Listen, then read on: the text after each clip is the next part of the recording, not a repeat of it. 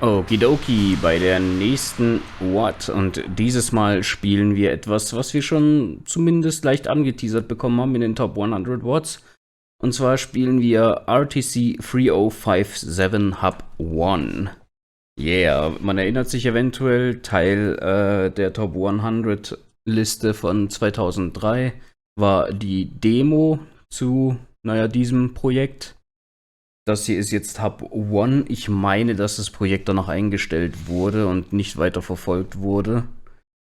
Aber trotzdem soll das hier natürlich sehr gut sein und deswegen bin ich auch gespannt, wie das so weitergeht.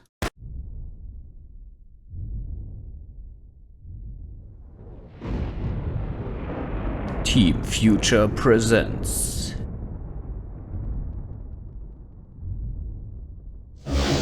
RTC-3057. Oh yeah.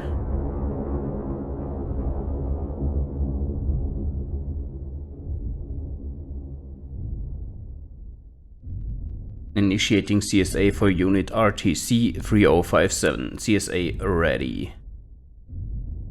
Location FCE flagship enforcer level 4 cell bay. Situation: hostile life forms aboard the Enforcer. Primary objective: exit cell bay alive and explore ship for source of invasion. Main systems charging done. Main systems nominal. Initiating tactical data. Readout done. All systems nominal. Explore the ship not completed. Ja, den Teil kennen wir schon. Den Teil kennen wir bereits. Ja. So. Hier haben wir unsere Pistole. Ich mache hier direkt ein Save, weil Intro fertig und alles, auch wenn man das ja anscheinend skippen kann. New Entry in CSA. Okay, wie lese ich den? Ist das... Show Log und... okay, nice. Na, mal gucken. Entry BX22313 found a pistol in the locker. It's not much, but it'll do. It will just have to do. Entry 20522, day 1. Log activated. Unit RTC-3057 activated. I'm full of questions. That odd CSA thing told me where I am. A ship of some kind and hostile life forms? What is this CSA? Camphorsophonic acid? I don't like the possibility of having acid in my head. I hope I'm wrong about the acronym. And speaking of abbreviations, what is this FCE thing? I must find a weapon. I don't like what Acid said about hostile life forms. Acid has given me a mission. Doing as Acid says might be a good idea. Na gut. New Entry in CSA, nochmal was Neues? Kann man das scrollen? Oder mit Bild hoch, Bild runter? Nee. Also man muss die einfach lesen, wenn sie da sind. Okidoki, der neue Entry. Weird, a device in my head is apparently recording my thoughts, or at least roughly. Could be useful. The suit I'm trapped in appears to be part of my body. I feel strange. There appears to be a locker in this room. Maybe I should check it out. Oh, huch. Ich merke gerade, Bild runter war auf Hochgucken. Warum auch immer gelegt. Ja, ich habe manchmal irgendwie komische Tasten noch belegt, habe ich so das Gefühl. Na gut. Oh, da will ich aber ganz kurz eine Sache gucken. Hier, da haben wir es ja sogar. Wisst ihr was? Zack, zack. Show Next Log. Ja, komm, hier irgendwelche Tasten, die keiner benutzt.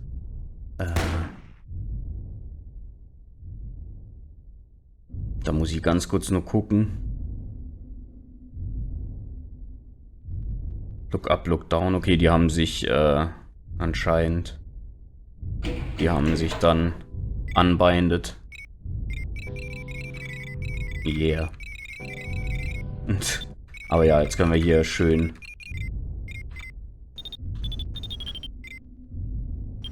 okay, das scrollt immer zum nächsten Log dann tatsächlich. Okay, nice. Ja, das ist doch gut. Das ist doch super. Das gefällt mir. Warum ist auf dem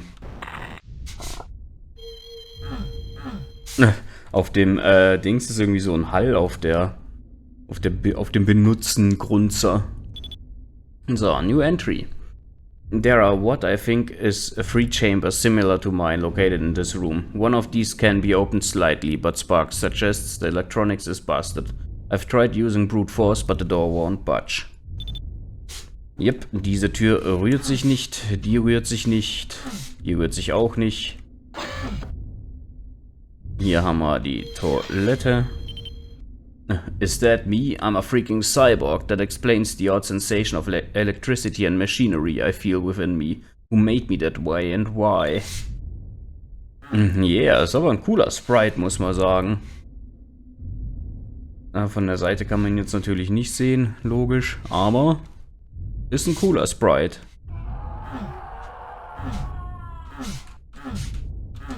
So. Auf Toilette müssen wir aber nicht. Yeah. Ammo. Okay. Ich hatte gehofft, nur die untere Plattform geht runter, dann könnte man runtersehen, ohne direkt runter zu gehen. Sehr viel Stuff zu lesen, aber habe ich kein Problem mit. So. I don't quite understand how my log works. It seems to record some of my thoughts, but only rough drafts of them. It's as if this thing in my head can read my thoughts and effectively sort interesting thoughts from less interesting thoughts. I can feel it in my head, humming, vibrating, thinking. It's really creepy. Ja, tatsächlich. Kann ich mir das sehr creepy vorstellen.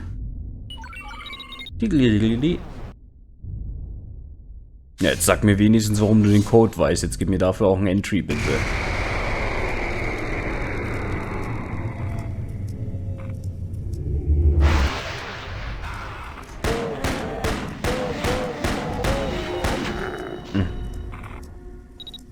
Why did my vision just black out? Where did the chessboard appear from? Crap, there's a monster in front of me. Die, fiend face. Odd. I seem to remember this particular type of creature, but how? Okay, ist es in dieser Lore quasi tatsächlich Doomguy? Macht eigentlich keinen Sinn. Macht eigentlich keinen Sinn. Denn unser Charakter hier ist schwarz und Doomguy nicht. Das ergibt wirklich keinen Sinn. Aber unser Protagonist hier kennt die Kreaturen auch. Aus irgendeinem Grund. Vielleicht ist er ja ein Space Marine gewesen auf Phobos, der den Angriff nicht überlebt hat. Und vielleicht wurde er auf diese Weise zurückgebracht. Das wäre eine Möglichkeit, die ich mir vorstellen könnte. Zumindest. Warum er die schon kennen würde. So, das hier kenne ich glücklicherweise auch noch. Pressure is too high. If I somehow remove those small window panes from the holes at the start of those pipes on each side of the door, I could let some of the heat out of the pipes. Ja, cool. Das hätte mir, glaube ich, beim ersten Mal, wo ich dieses Level gespielt habe, sehr geholfen. Tatsächlich. Jetzt muss ich nur gucken, war das nicht... Oh, was steht hier? In Starcom Console, Stabilize Pressure, Exit Console... Oh, ach. Oh, cool. Help. These console control the local pipe pressure. From here you can stabilize the pressure if the listed cases are true. Temperature is kept below 86 degrees Celsius. Pipes are... Ich habe gerade zu lang gebraucht. Keine Ahnung, ich habe mit Englisch kein Problem an sich, aber wenn Zahlen dastehen, denkt mein Hirn automatisch Deutsch. Und dann muss man langsam umdenken. Und ja, keine Ahnung. Okay, pipes are undamaged. Electric system is undamaged. Das ist tatsächlich dann immer ein bisschen belastend. So, hier kann man einfach nur raus, okay, und hier können wir... Ja, genau. Das, denke ich mal, ist gerade selbsterklärend gewesen, was hier passiert ist. Hauptsache, das sind zwei verschiedene Stimmen. Oder vielleicht wurde der Pitch random, bisschen... Ich meine ja, dass Doom da so ein System hat, wo die Pitches random bisschen...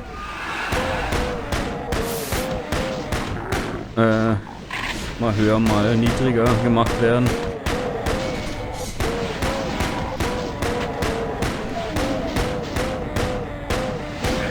Oh. So. Oh, ach du Scheiße. Den hat's erwischt.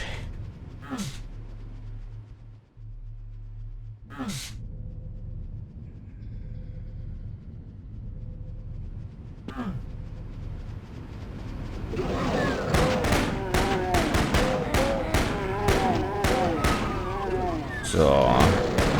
Ich sehe, dass ich doch gleich eine Shotgun kriegen werde und das freut mich natürlich. Zack, zack.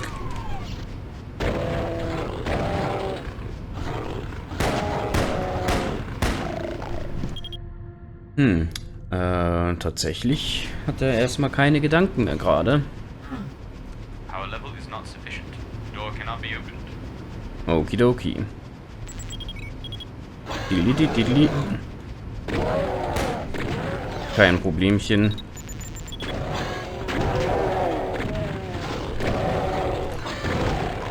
Nice. Wir hatten gerade zu viel Schaden gemacht. Irgendwas hat doch gerade mich voll erwischt. Und ich weiß nicht was. New entry.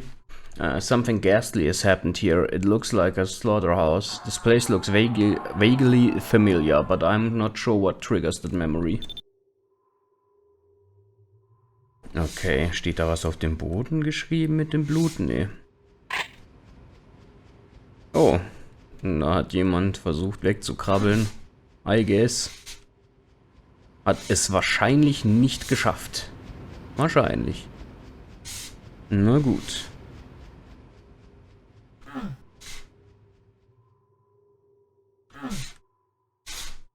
Oh. Open Cell 1. Low Pressure. Vor allem cannot close. Ist es schon offen? Nee, 1 ist noch zu. Gilt das für alle? Lol. Die Mucke auf einmal. Ich nehme mal schwer an, dass das für alle gelten wird. Ja. Das ist okay. Wir haben ja noch eine Anlaufstelle.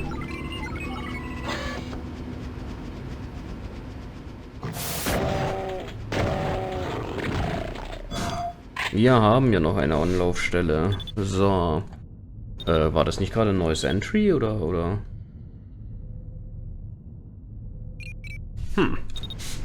Nevermind.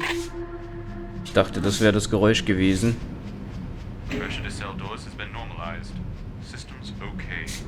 Systems okay. Let's go. Dann öffnen wir mal Zelle 1 und schauen mal kurz. Frech. Absolut frech. Dann müssen wir uns noch Authorization holen. Access. Ja gut. Permission to open CTR door denied. One or more cell doors are open. Ach so, wir müssen die schließen. I see. Na dann. Machen wir die mal alle zu. Blub.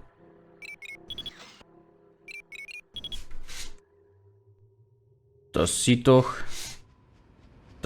gut aus.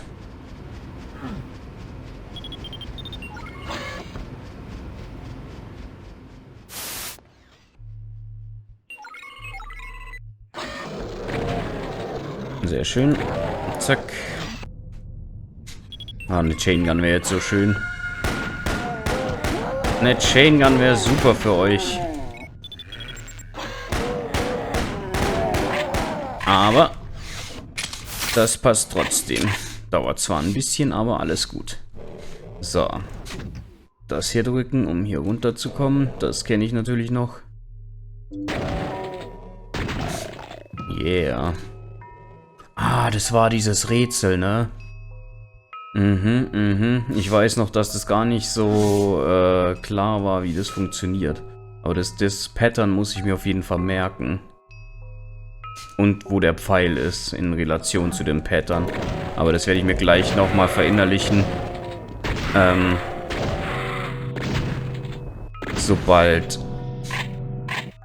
Sobald ich hier wieder zurück muss.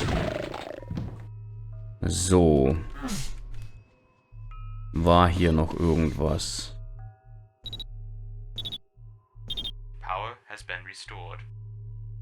Das finde ich großartig. Dankeschön, Dankeschön. So, vom Pfeil aus fängt man ganz links an, geht 1 hoch, 4 nach rechts, dann davon nach oben. Ja, so schwer ist es eigentlich nicht. Ich muss es mir nur merken.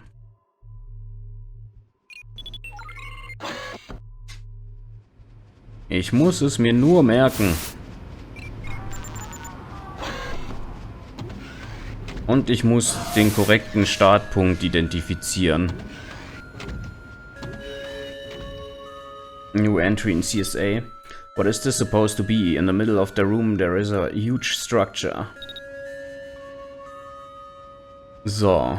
Haben wir hier irgendwo einen Pfeil? Ich nehme mal schwer an, das ist der Startpunkt hier. Dann gucken wir doch mal.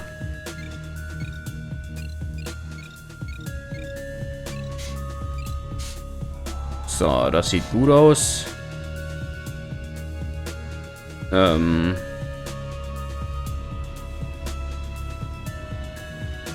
Oh.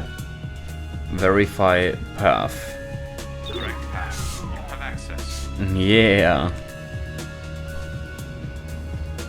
Okay. Ich nehme mal schwer an, jetzt kommen wir wahrscheinlich in ein anderes Level von hier aus. Ich schau mal.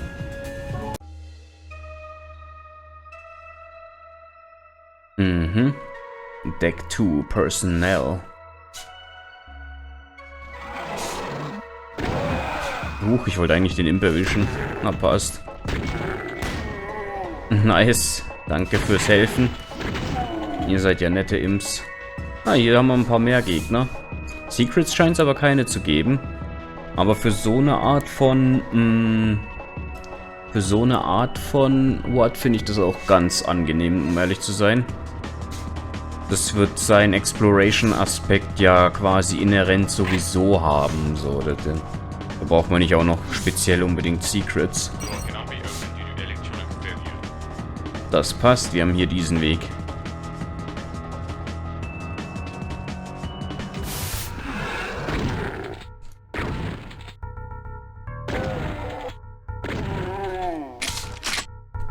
So, was ist das? You have found a logbook. Na super, okay. So, RTC-3057. I am unable to determine where the hostile life forms came from, but that matters little anyway. There was no time to extract you safely, therefore your chamber was sealed. The recharge and activation procedures were remote activated and your CSA remote programmed to store all numeral codes necessary for all major access points aboard the Enforcer. Praktisch. Get off the Enforcer at all costs. Get to the escape pods on deck 2. Any other survivors are expendable. You are not. You must try to reach an FCE installation. Any questions you might have will be answered there. Good luck. Uiuiui. Kann man es von hier aus öffnen? Nee. So, mit anderen Worten, wir müssen in diesem Deck die Escape Pods finden und ich nehme mal schwer an, dass es nicht ganz so einfach wird. Aber praktisch ist, denke ich mal, dass wir bisher noch nicht... Bisher werden wir nicht nochmal zurückkommen müssen. Das heißt, ich denke mal, dieses Deck 4 haben wir auf jeden Fall abgeschlossen. So, View Cell Cam. Aha. Go back.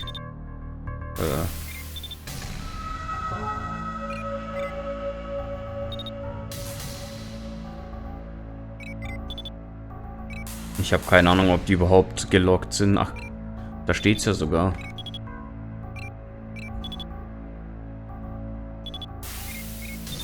Ich werde alles unlocken. Perfekt. Ja, ich glaube, diese Custom Screens muss man auf jeden Fall... Few fixable malfunctions. Fix security door malfunction. Malfunction has been fixed. Nett. Fix chamber door malfunction. Malfunction has been fixed. Das finde ich super. Help. Gibt's keine. Na gut. Heißt, dass man jetzt hier durch kann? Ja. Man kommt jetzt einfacher zurück. Das wird mir... Ja gut, ich weiß nicht, ob man vielleicht sogar dann doch zurück muss, jetzt wenn man hier zurückkommt. Mal hier durch den Schacht wäre man nicht wieder zurückgekommen. Ich weiß übrigens gar nicht, ob man hier springen darf.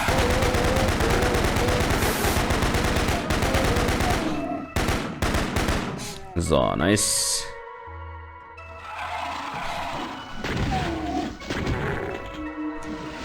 Ach, schade. Komm, kill ihn. Nice. Sehr schön, sehr schön. Personal Lift. Okay. Jetzt ist natürlich die Frage, was bringt mich wohin? Bringen mich manche Sachen auf eine andere Ebene? Labs? Ich nehme mal schwer an, dass wir hier im Hub sind, oder? Irgendwie. Messehalle quasi.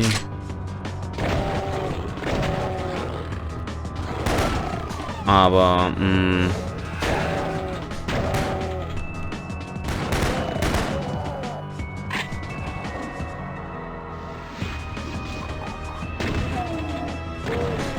hier gibt es auch sehr viele Gegner dafür, dass das dann, falls es nur ein Hub wäre, also nehme ich mal schwer an, dass wir hier auch sehr viel machen müssen. Es wird nicht nur ein reiner Hub sein. Aber hier werden ja anscheinend diese Escape Pods irgendwann sein, mit denen wir hier fliehen müssen von der Station.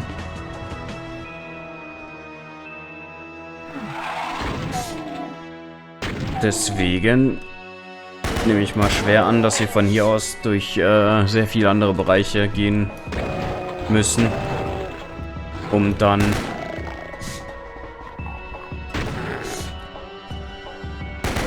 irgendwann hier in Deck 2 die Pods zu starten und abzuhauen. Zack. Ne. Der Kopf, dass der halt auch noch so wütend guckt. Oh Mann. Ich meine, gut, ich wäre auch angefressen, wäre ich tot, I guess. Und würde da irgendwo rumliegen, noch so als Kopf. Ich meine, ich könnte zwar nicht mehr angefressen sein, aber wenn ich es könnte, dann wäre ich es. Oh, krass. Get Blue Pop. Funktioniert nicht. Get Red Berry. Get Green Boost. Get Orange Freeze. Ich krieg nix. Ich habe kein Geld. Es tut mir leid. Okay, das hier sind auf jeden Fall irgendwie sehr starke Quake 2 Aesthetics, finde ich. Aber sieht auf jeden Fall cool aus. Okay, hier würde man auch wieder zurückkommen, in diesen Raum wieder. Das ist gut. To Deck 5. Ah! Praktisch. Und der Personal Lift, wo bringt der einen hin? I should probably explore more of this deck first. Der würde auch, würde einen auch wegbringen. Okay, und das hier auch. Ja, dann sind das tatsächlich die Hub. Oder halt die Transition Points, wo man dann auch in die anderen Decks kommt. Das ist auf jeden Fall good to know. Okay. Locate and eliminate contamination source. Ja, gut. Dann begeben wir uns mal auf die Suche. Einen Punkt haben wir auf jeden Fall noch, den wir nicht angeschaut haben. Und zwar hier. Zack.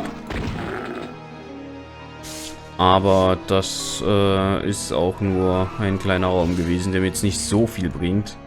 Generell ist es hier gar nicht so... Sieht es hier auch gar nicht so aus, als könnte man hier die Source von irgendwas finden, außer Speisefett. I guess. Aber chillig. Chillige Area. Sieht auch generell also mega cool aus. Das ist hier wieder einfach bis jetzt auch echt einfach nur wieder so ein Beweis, warum Doom-Modding halt einfach nice ist. Immer schwer, und hier werden wir... Ah, doch! Okay, hier kommen wir jetzt tatsächlich weg. Das ist krass. Das heißt, die Contamination Source wird vielleicht auf diesem Deck sein. Hier haben wir 95 Gegner. Ich habe keine Ahnung, wie viele Secrets. Wahrscheinlich immer noch 0. Das ist nicht ganz so eindeutig zu identifizieren. Könnte natürlich auch eine 9 sein, I guess. Oder eine 8. Oder eine 6. Ich habe keine Ahnung.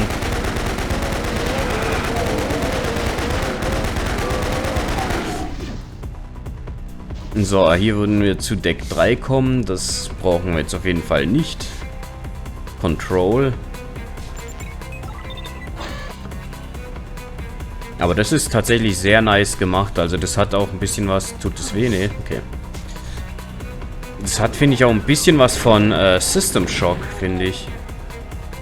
Generell auch das Setting, ne? Space Station. Okay, da wollen wir eine rote Karte. Wonderful, and I have no clue where to look for security passes. I should try and visit a deck I haven't been to yet, or search the other decks more thoroughly. Hopefully there's a pass somewhere, otherwise I'm stuck here.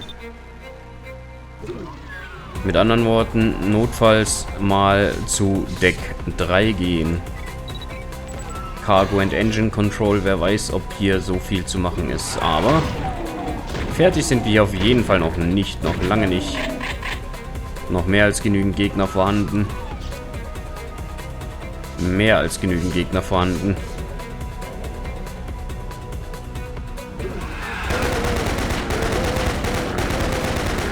Wunderbar. Okay.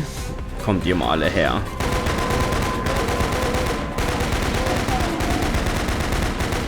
So, zack. Jetzt gehen wir noch ein bisschen auf Tuchfühlung.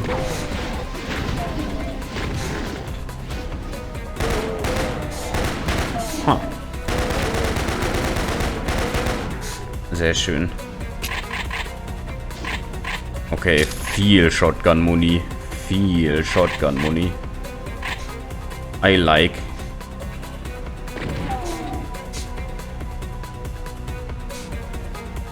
Da stehen sie. Überraschung.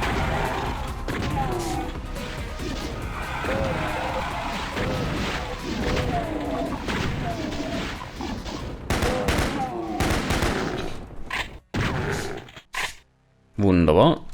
Das hier nehmen wir auch mit. Das können wir auch schon mal mitnehmen. Okay, Control.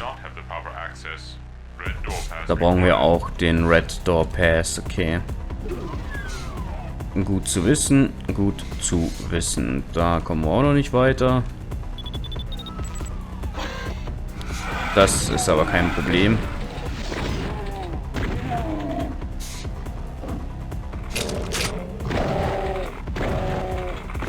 Na, oh je.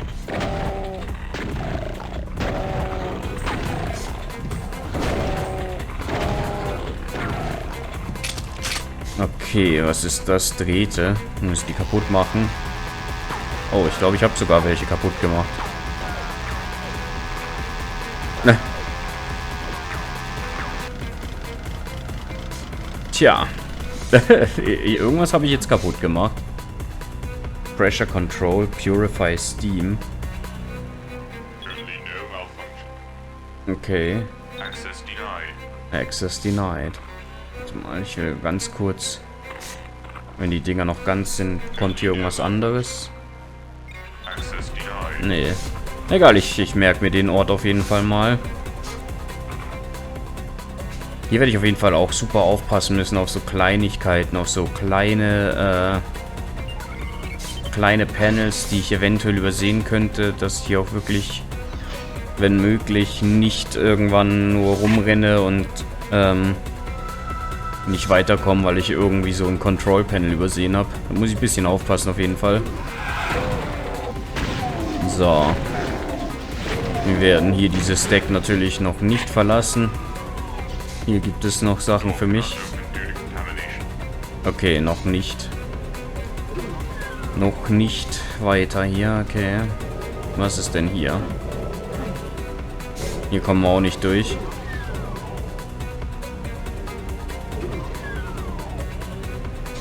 Overview. Gehen wir mal hier nochmal hin. Ah! Hallo ihr Cargos. Downloading cargo status data done. Reading data done. Message from CSA stored in log. CSA. The ship's security system has detected a damaged crate leaking a hazardous chemical substance, infecting the area with deadly gases in the main cargo room. This is no danger to unit RTC-3057. RTC units are designed specifically for hazardous environment and are immune to most NBC substances. Cargo conditioning is set from the cargo control room on this deck. From there it is possible to dispose of infection. Okay, mit anderen Worten, wir müssen dahin. Aber wahrscheinlich werden wir dafür dann die rote Karte brauchen. Sehe ich das richtig? Werden wir die dann bei Deck 3 finden? Sehe ich das nochmal richtig? Hier drin war ich jetzt aber noch gar nicht. Ist das jetzt schon die ganze Zeit offen gewesen oder war ich hier nur nicht? Bin mir gerade nicht sicher. Und das hier, was ist das? Ist das der Personal Lift? Oh, cool. Cool. Das ist halt echt einfach straight aus System Shock. Mit diesen verschiedenen Aufzügen, die einen, oh, der steckt ein bisschen fest. Die einen zu verschiedenen Orten bringen, je nachdem auch. Mehrere verschiedene Aufzüge auf mehreren Decks, die alle quasi ihr eigenes, ja, nur ein bisschen ihre eigenen Auswahlmöglichkeiten haben, wo man hingeht. So, irgendwas mit einer Crate, die irgendwie liegt. Nochmal kurz gucken. So. Damaged Crate. Main Cargo Room. Main Cargo Room. Ich nehme mal schwer an, halt wirklich. Deck 2, Deck 3. Control. Wo würde man hier reinkommen? Das steht hier gar nicht, ne? Da brauche ich aber auch den Red Pass wahrscheinlich. Dann will ich aber kurz gucken.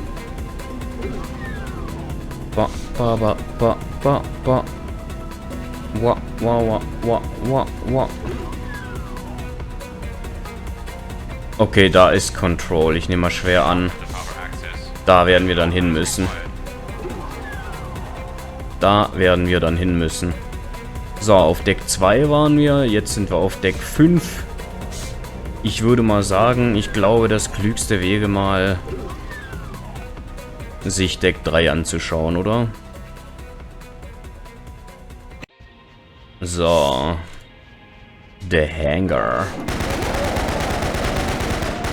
Vielleicht finden wir hier ja die rote Karte, die ich brauche.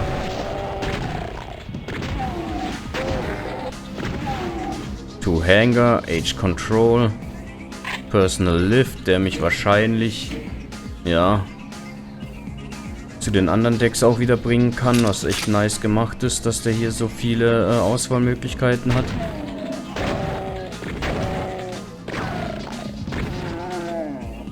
So, zack.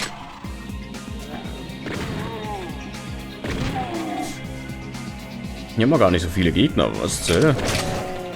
Aber vielleicht kommen hier ja noch welche mit Skripts rein. Man weiß ja nie.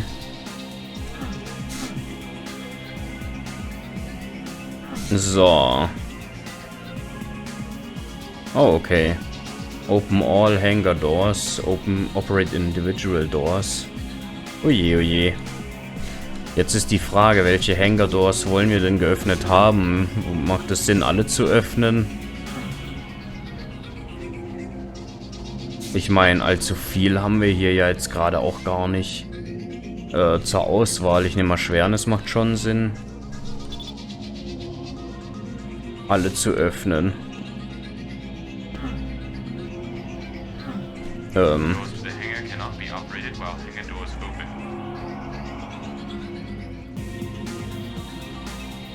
Okay.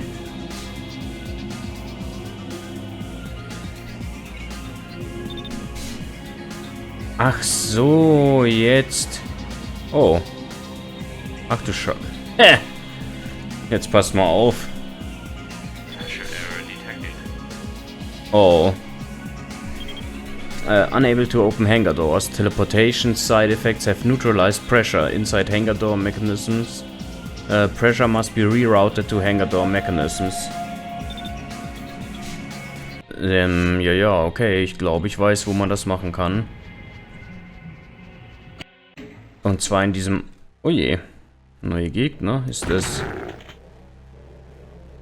einfach jedes Mal, wenn man hier wieder reinkommt, einfach nur um das Level ein bisschen zu befüllen? Oder ist es, weil ich jetzt was komplettiert habe? Gute Frage.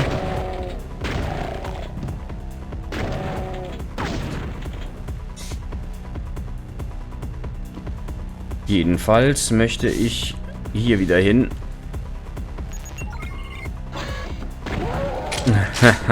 Oh je.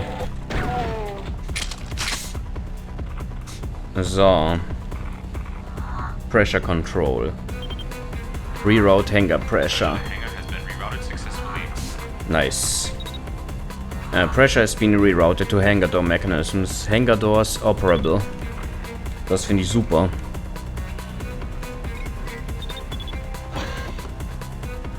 Dann machen wir jetzt genau das. Wir gehen zurück und dann jagen wir die ganzen Typen.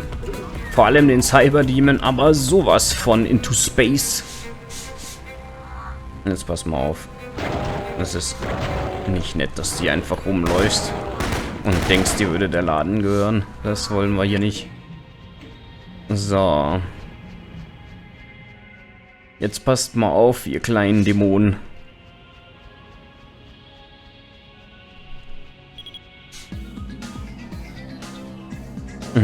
Bye, bye.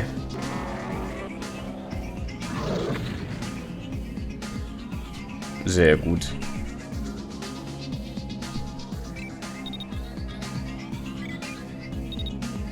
Okay, ich glaube mal, das mit den Individual Doors ist einfach nur ein bisschen Worldbuilding.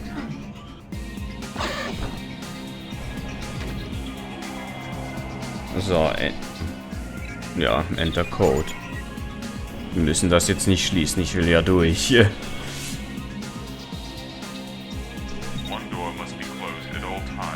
Ach so.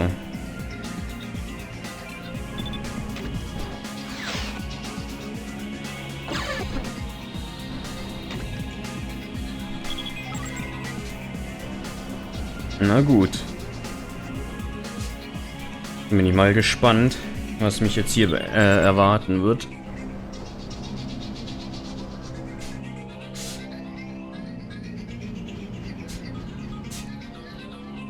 Bisher ist es hier verdächtig ruhig. Aber wir haben ja auch...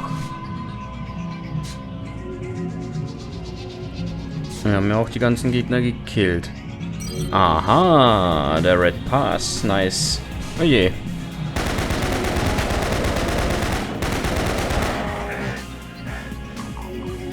Also ich könnte jetzt natürlich kämpfen.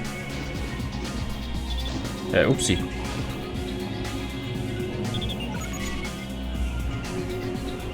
Ich könnte euch aber auch einfach gleich wieder ins... Ich mache euch jetzt... ich mache mit euch jetzt das genau gleiche wie gerade mit dem Cyberdemon. Ich hoffe, ihr hattet Spaß daran. Oh. Huch. My bad.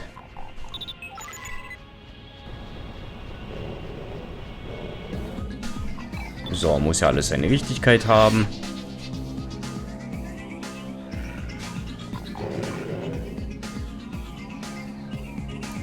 Und zack.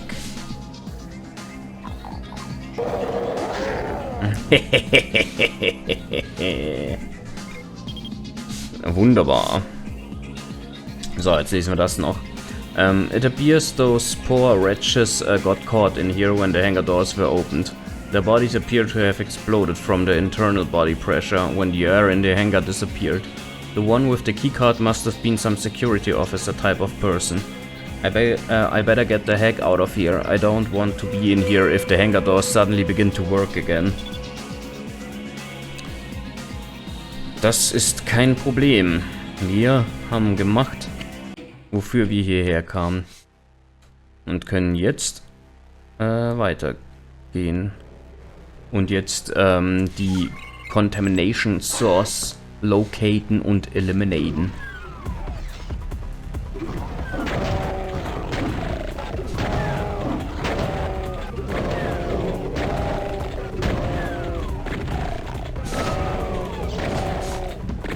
So, schön brav sterben.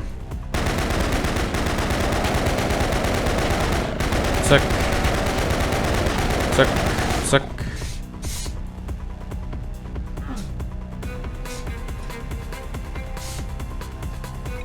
Und wo kann man hier nochmal raus? Das war hier, okay.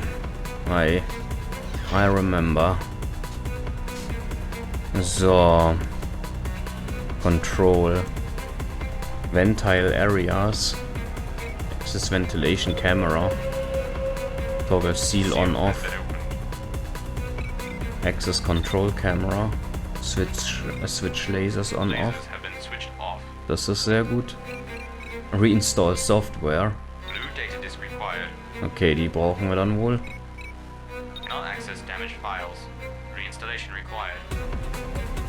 Ja gut, okay. Und da werden wir die Blue Data Disk brauchen. Also werden wir hier nochmal zurückkommen müssen, sobald wir diese haben. Aber jetzt haben wir ja zumindest ein paar neue Wege geöffnet. Ich meine, gut, einen neuen Weg. Immerhin. Immerhin.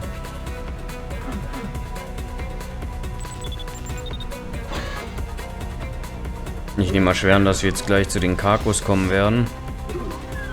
Ich bin ready. Oh, ich nehme mal schwer an. Das bedeutet, wir müssen springen. Wir dürfen springen. Oh je.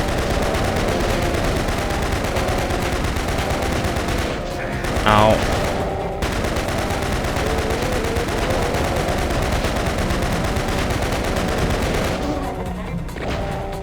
Absolut frech, dass ihr mich hier so blockiert. Ich würde gerne reinkommen und mich ordentlich mit euch battlen. Aber das ist, glaube ich, nicht so eine gute Idee gerade jetzt. Oh je.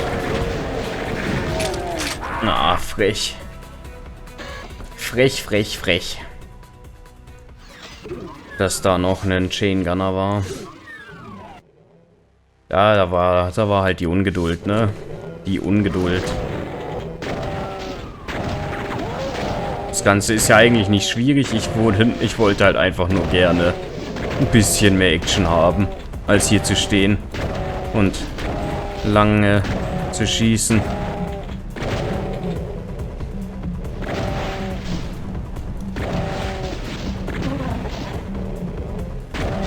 Ja, leider keine Gelegenheit, um mal echt rauszurennen. Mit der Chain Gun wäre es kein Problem, da würde ich die schnell aufs Korn kriegen.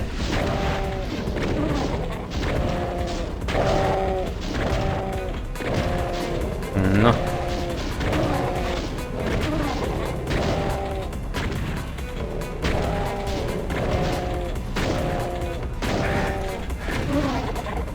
So, komm. Na gut. Wo sind jetzt die anderen?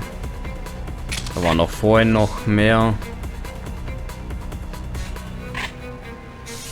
Wo sind denn die jetzt hin? Ach, da sind Leichen. Na. Die Leichen sagen mir, dass die ganzen Leute, die hier mal waren, nicht mehr da sind. Die sind alle tot. Das ist okay. Ist ja eh was passiert wäre. Ob die jetzt irgendwie Kollateralschaden waren oder von mir fokussiert gekillt werden, ist ja insofern nicht weiter tragisch. Ich würde mich ganz gerne noch hier hinten umschauen, ob da irgendwas ist, aber ich glaube nicht, dass wir hier noch irgendwie ein Secret oder so haben. Da hinten die Panels scheinen auch mehr die normalen Doom-Textur-Panels zu sein. Okidoki. Power is low. Frech. Was mache ich denn nun? Ah.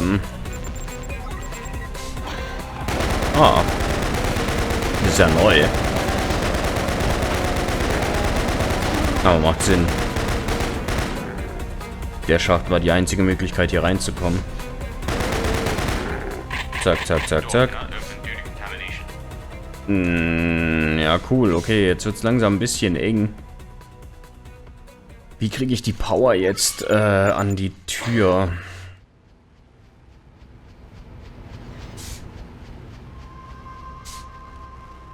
Ich gehe nochmal zu diesem einen Kontrollraum. Und schau mal, ob da noch irgendwas war. Aber ich glaube, das waren noch nur andere Sachen, oder? Ja, das war Purify Steam. Das brauchen wir nicht. Ha, wo konnte man Power restoren? Konnte ich das schon? Weiß ich gar nicht. Hier steht leider gerade auch gar nichts. Da wäre jetzt tatsächlich so ein Entry ganz praktisch. Hätte ich gesagt.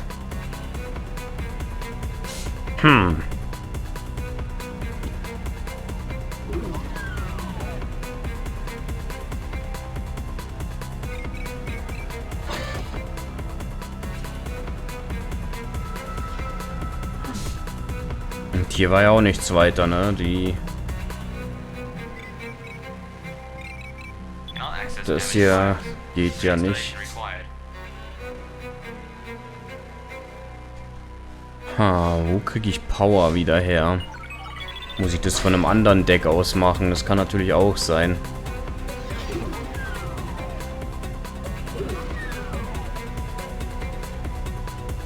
Ich werde mich da aber nochmal umschauen kurz.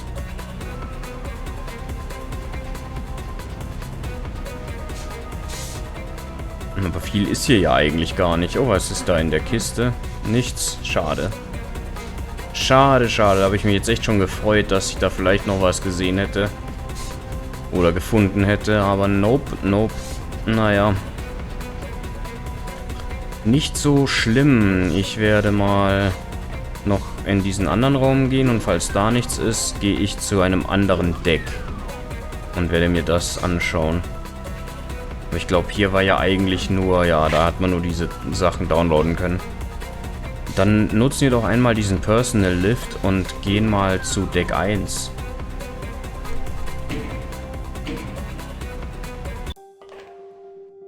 So, Deck 1. Die Brücke. Oh wow. Huch.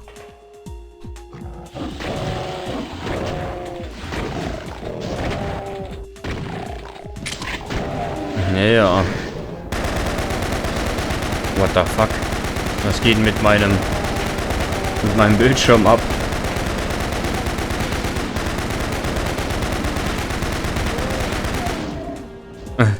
Was ist das? Ist es, weil ich Low HP bin? Ich glaube, das könnte sogar sein, oder? Yeah. Okay. Ich merke schon. Diese Watt ist mega cool. Ich meine, ja, holy, wie cool ist das denn? Wie cool ist diese Idee allein schon? Dass man einfach... Dass man da einfach noch so einen Effekt reinmacht für, wenn man low ist. Und dann halt auch noch einer, der einfach einfach so die Doom-Font nutzt und da so einen genialen Effekt draus bastelt. Manchmal beneide ich Leute, die einfach so viel Genialität und Kreativität vereint in sich haben. So.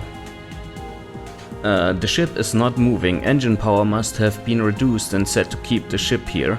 The Enforcer, as it called, the ship appears to be stranded in orbit of Mars. Interesting.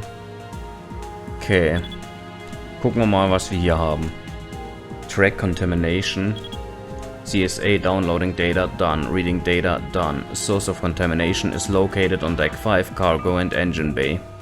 Das wussten wir bereits. Power Management. No management needed. Das stimmt nicht. Ich komme durch so eine Tür nicht durch. Broadcast Voice Message. Access denied. Schade.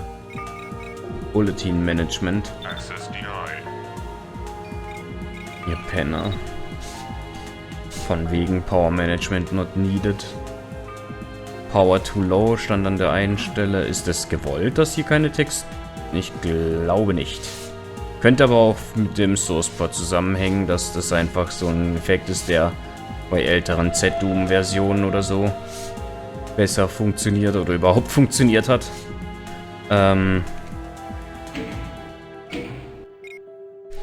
Gehen wir mal hier nochmal hin. War hier nicht auch irgendwas mit Power Management? Ich bin mir gerade nicht sicher. Labs. In den Labs waren wir auch noch nicht. You do not have the proper access. A yellow key card required. Na, da bräuchte ich Yellow Keycard. Ihr seid ja gemein. Biocontrol. Hier war ich schon, oder? Ja. Ach, hier kam ich her.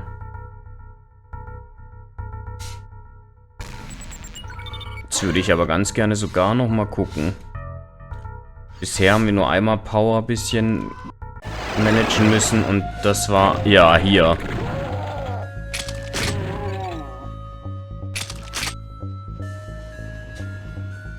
Und vielleicht müssen wir hier jetzt tatsächlich doch noch mal hin, weil hier sind jetzt auch neue Gegner, also...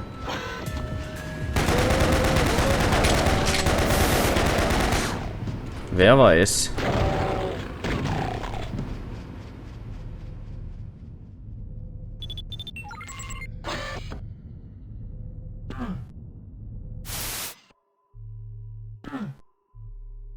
Aber Power ist nach wie vor restored hier. Und die Dinger muss man nicht kaputt machen, oder? Nee.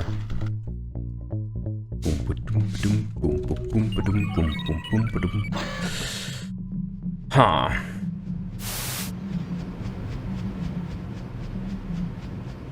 Und weiter zurück ergibt eigentlich keinen Sinn. Ja, nee. Andererseits, wenn da Gegner sind, ist es vielleicht aber auch absichtlich. Das hat das letzte Mal auch schon.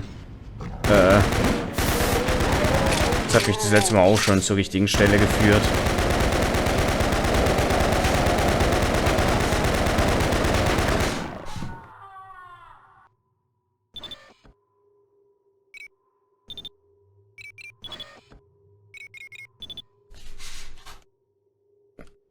Hier drin war ich nie. Ah, was haben wir denn hier? You have found a logbook.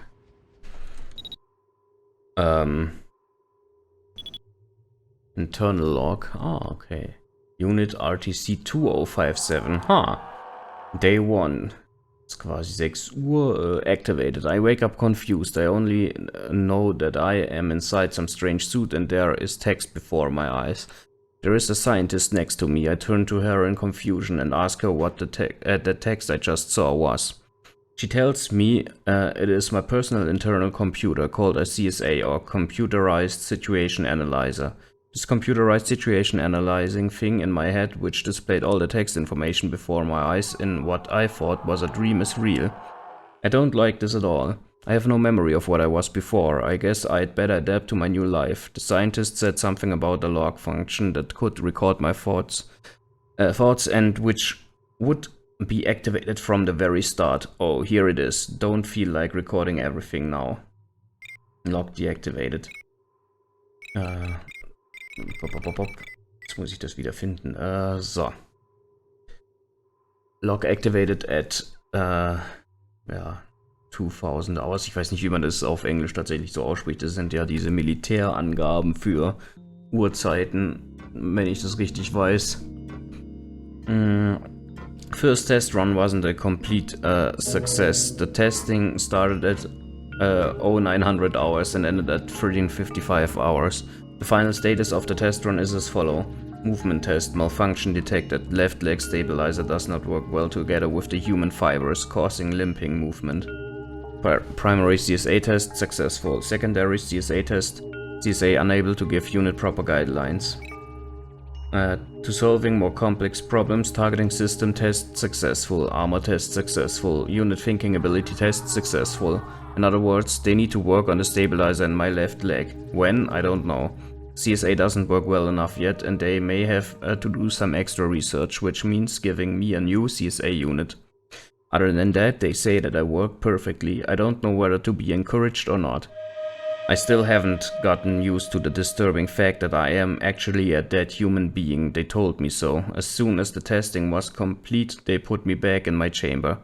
As far as I know, I am aboard a research ship. I feel like a prisoner. Log deactivated.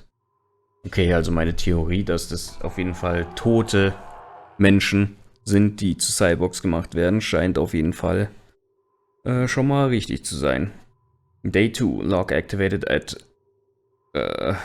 1000 hours, ich habe keine Ahnung. Vielleicht auch 10:0, ich habe keine Ahnung, echt. Day 2, called in for improvement of the left leg at 06. They worked on it for a while, don't know if my leg is fixed, but frankly I don't really care. Log deactivated. Log activated at 23:0 hours. They conducted a movement test on me, result successful, but the scientists still think that my movement can yet be improved upon. I heard some scientist mumble some strange shit about 2 other cyborgs and that he hoped that this one wouldn't go nuts. I don't know what he means, but I feel alright as of now. Log deactivated.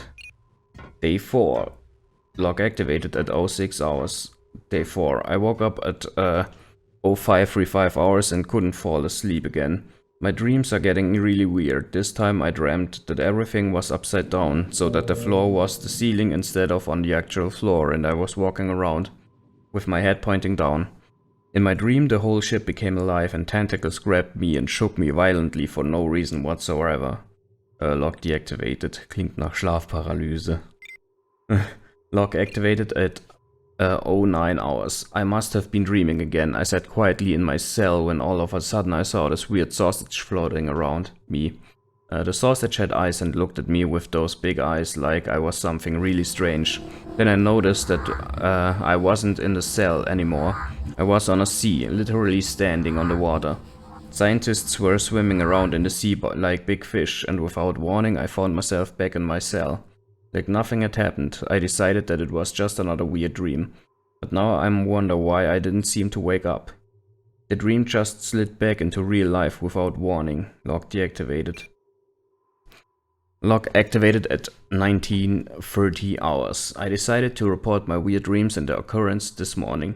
The scientist gave me a long, scrutinizing look. Then he sighed heavily and told me that there had been 2 cyborgs before me. Both had gone insane, possibly because of the CSA, and it had ended the same way with both. The CSA neural systems overloaded all of the internal systems in the cyborg, causing a tremendous sort of short circuit that was deadly to the cyborg. Both cyborgs had been beyond recovery, and the ruined brain could not be reused. Frankly, this scares the shit out of me. I don't feel normal. My dreams are preserved, and now I had this hallucination this morning. I'm really feeling like I'm slowly going insane here. I don't know what will happen to me. The scientist just left me without a word after telling me about the other 2 cyborgs. Log deactivated. Log activated at 23:49 hours. Look at all those beautiful hands hanging from the walls. I gotta get one for my mom. She'd love a bouquet of hands. Alert, error detected in CSA neural systems. Attempting fix to error. Successful. What happened? Damn, the log is activated. I'm going insane. Really insane. Insane. Log deactivated. Day 5, log activated at 11:23. The nice man in the code said that I'm bad. I don't like him anymore. I want a severed head to play with. Bzz. I'm the world's mightiest bug. Nobody can stop me. Alert. Error detected in primary and CSA neural systems. Attempting fix of error failed. 11:59 hours. System terminated. 16:00 hours. I can fly. Mr. Sun is in a bad mood tonight. Look how blue he is. Oh look, the guys over there are throwing their heads about. I wanna join the game. Ah, the huge foot is coming to eat me. Yeah, let me out, save me from the Bigfoot. Initiate system scan procedure. Alert, errors detected. 16:45 hours, system terminated. Day 6, 10:00 hours. Hello, this is the Blinks news. The earth is bouncing on top of our heads and now I'm gonna shoot someone so that they will see the truth. Yeah. Warning, neural systems critical. 11:00 hour system terminated. 17:23 hours. Coming, it's coming, they're coming and hell comes with them. Am the Flash. Nee, I am the Flash. Ich kann manchmal die I's nicht von den Ausrufezeichen unterscheiden. What is that pink devil doing here? It looks like it wants to play with me. Yes, come and play with me, my pink friend. Wait, what the? Damage sustained. Error. Hydraulic systems offline. Error. Targeting system offline. Attempting a system scan. System scan failed. Attempting backup system initiation. Failed. Alert. System critical. Attempting system shutdown. Failed. Unit status deceased. Log deactivated. Day 6, 23, 39 hours. Na gut. Das sind die beiden Logs, die wir hier haben. Okay. Das war doch informativ, auch wenn es mir nichts bringt, was das weitere Voranschreiten angeht. Weil ich immer noch keine Ahnung habe, wie ich die Power an diese Türen zurückbringe. Aber auf jeden Fall ein nettes Stückchen Lore.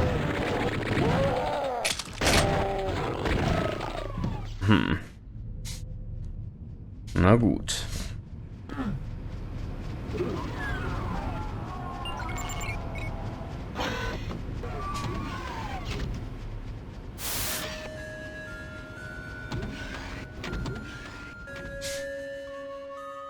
Wo ist der Lift? Ah, da. So.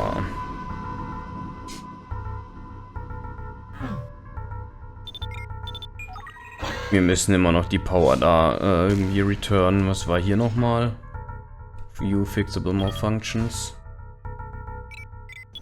Ja, gibt's hier eigentlich auch nicht mehr. Wir haben nichts mehr fixable.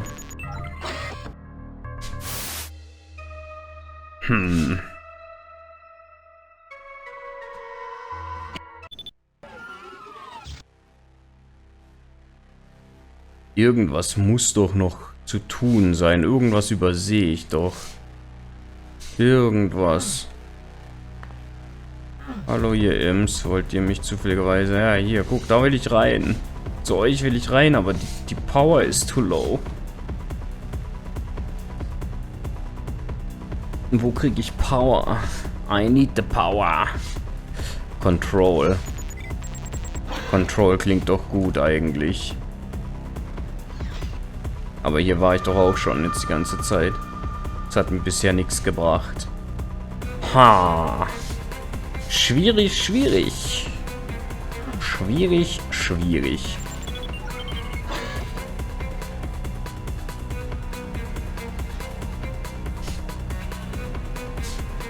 Und hier war ja eigentlich auch nichts mehr, oder?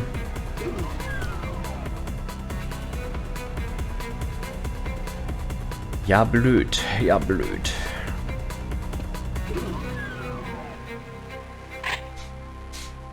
Door cannot open due to contamination. Ja, gut. Aber da waren wir ja schon.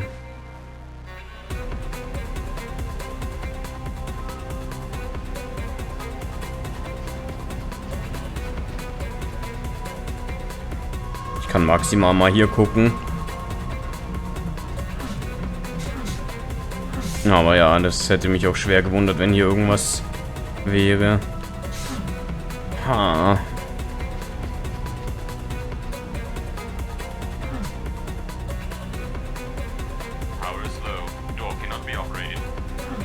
Power is low. Power is low. Wo kriege ich Power her?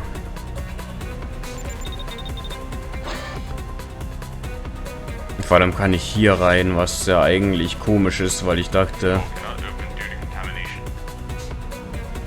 Ah.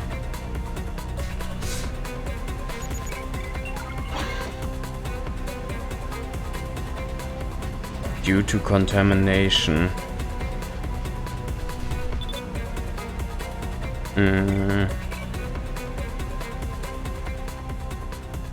Create leaking a hazardous chemical, infecting the area with deadly gases.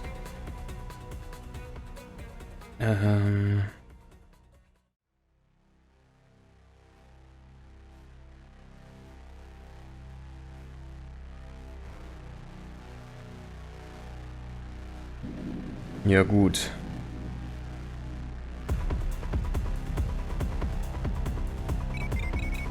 Nee. Ich kann hier nichts wahrscheinlich jetzt spontan machen noch. Wie kriege ich hier Power wieder hin?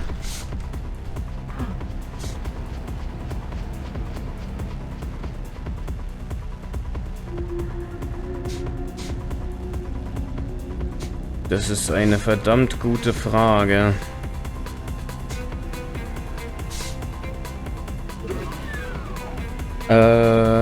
Ich gehe nochmal auf Deck 2, glaube ich. Und wenn ich da nichts finde, suche ich ein bisschen so weiter, bis ich irgendwas finde, was mir was bringt. Ich gucke mir den Raum nochmal kurz an, weil hier auch relativ viel ist. Vor allem kann man hier ja in diesen Raum reinsehen.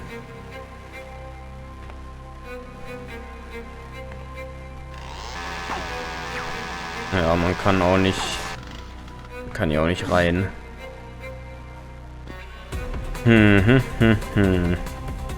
Na gut, ab zu Deck 2. Gucken wir nochmal, ob hier irgendwas... Ob ich hier irgendwas finde, was mir in irgendeiner Form was hilft. Biocontrol war ja eigentlich auch nichts wirklich.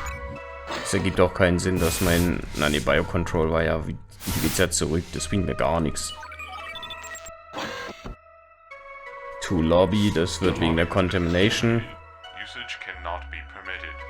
Das geht ja wegen der Contamination nicht. In der Bar würde ja gar keinen Sinn ergeben, warum hier irgendwas mit Power Management sein sollte. Deshalb wir hier wahrscheinlich auch direkt wieder gehen können. Die Labs, da komme ich noch nicht rein, da brauche ich Access. Deck 5 komme ich gerade her. Und mehr ist auch nicht. Ja, ich würde sagen, ich suche einfach mal ein bisschen rum. Ja, ich habe ja schon vorgewarnt, dass es passieren könnte. Wir sind hier wieder in diesem einen Raum, der auch in der Nähe von dem Raum ist, wo wir die Power restoren müssen, wo, und ja, das ist natürlich immer noch so, aber ja, ich hab halt dieses Panel übersehen und das hat meinen kompletten Progress erstmal aufgehalten. Ich meine aber, sagen wir es mal so, das Positive ist, dass ich deswegen ja zumindest diesen einen Log von dem anderen, dem anderen Cyborg da gefunden habe. Hat also zumindest irgendwo noch seine positive Seite gehabt. Naja. Naja, was soll man machen? Aber alles gut. Alles okidoki. So, was haben wir denn hier? Open, Close. Dischold. Ich dachte gerade, was ist denn Dischold? Aber ja, Dischold. Aber Overview Software. Dann muss ich das erstmal wieder closen. Okay. Na egal, wir haben die Blue Data Disk. Jetzt wissen wir ganz genau, was wir machen müssen. Wir wissen ganz genau, was wir machen müssen. Ach je, ach je. Das ist doch frech, oder? Wegen so einer Kleinigkeit so lange aufgehalten, weil ich mal wieder blind bin. Hätte ich mich doch besser umgesehen. Hätte ich vor allem mich dort umgesehen, wo halt auch... Warte mal, ich bin falsch. wo es halt auch Sinn gemacht hätte, und zwar in der Nähe der Tür, weil, ja, tatsächlich ist es sehr nett, dass die Lösung eigentlich in der Nähe versteckt haben, sozusagen. Naja. So. Reinstalling software. Reinstallation complete. Yeah. Hangar doors must be open for disposal of contaminated air. Na gut. Frech. Hangar doors must be open. Dann habe ich das wohl offensichtlich leider falsch gemacht. Das war Deck 3. Hallo Hangar Control. Hallo Hangar Doors. Ich öffne euch mal. So, und zurück geht's. Diese Kleinigkeiten. Aber zugegeben, ich finde sowas tatsächlich sehr cool. Also ich finde sowas tatsächlich wirklich, wirklich cool. So diese Kleinigkeiten, dass es halt einfach deswegen nur funktioniert so. Moment, Deck 5. Und Deck 2.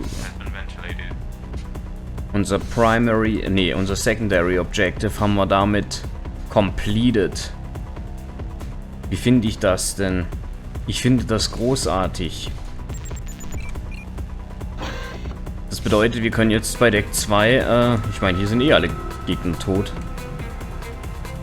Secret gibt's ja eh keine, also let's go. Deck 2, ab in die Lobby, da wo die ganzen Gegner sind, die mache ich sowas von fertig. Die werde ich sowas von platt machen und dann haben wir den gelben Schlüssel. Mal war das nicht. Scheiße.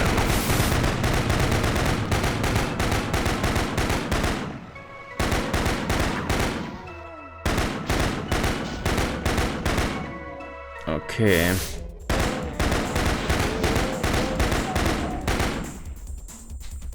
Ja.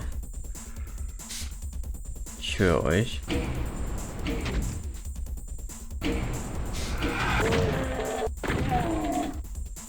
Glaubt ja nicht, dass ich hier unvorsichtig sein werde.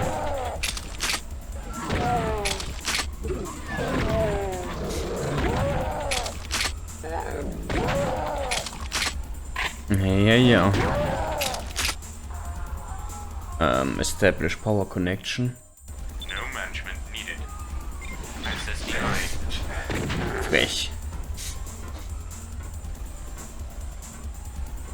No management needed, okay.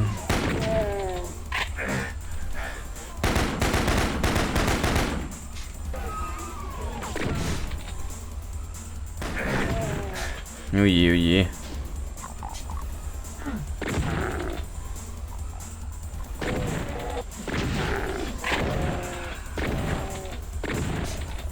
Ach du Kacke.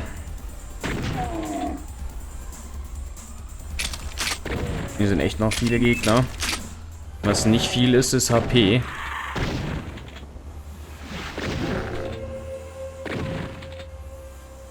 Da müsste ich langsam mal gucken, ob ich da eventuell noch irgendwo welche finde.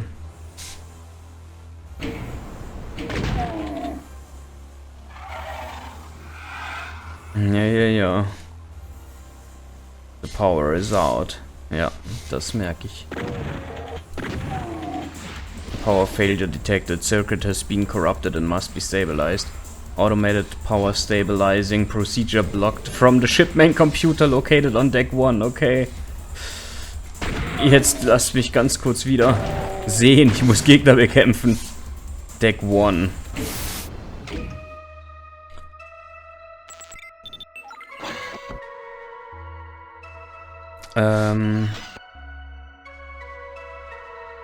Wie kommt man am besten zu Deck 1 über den Personal Lift? Auf zur Brücke.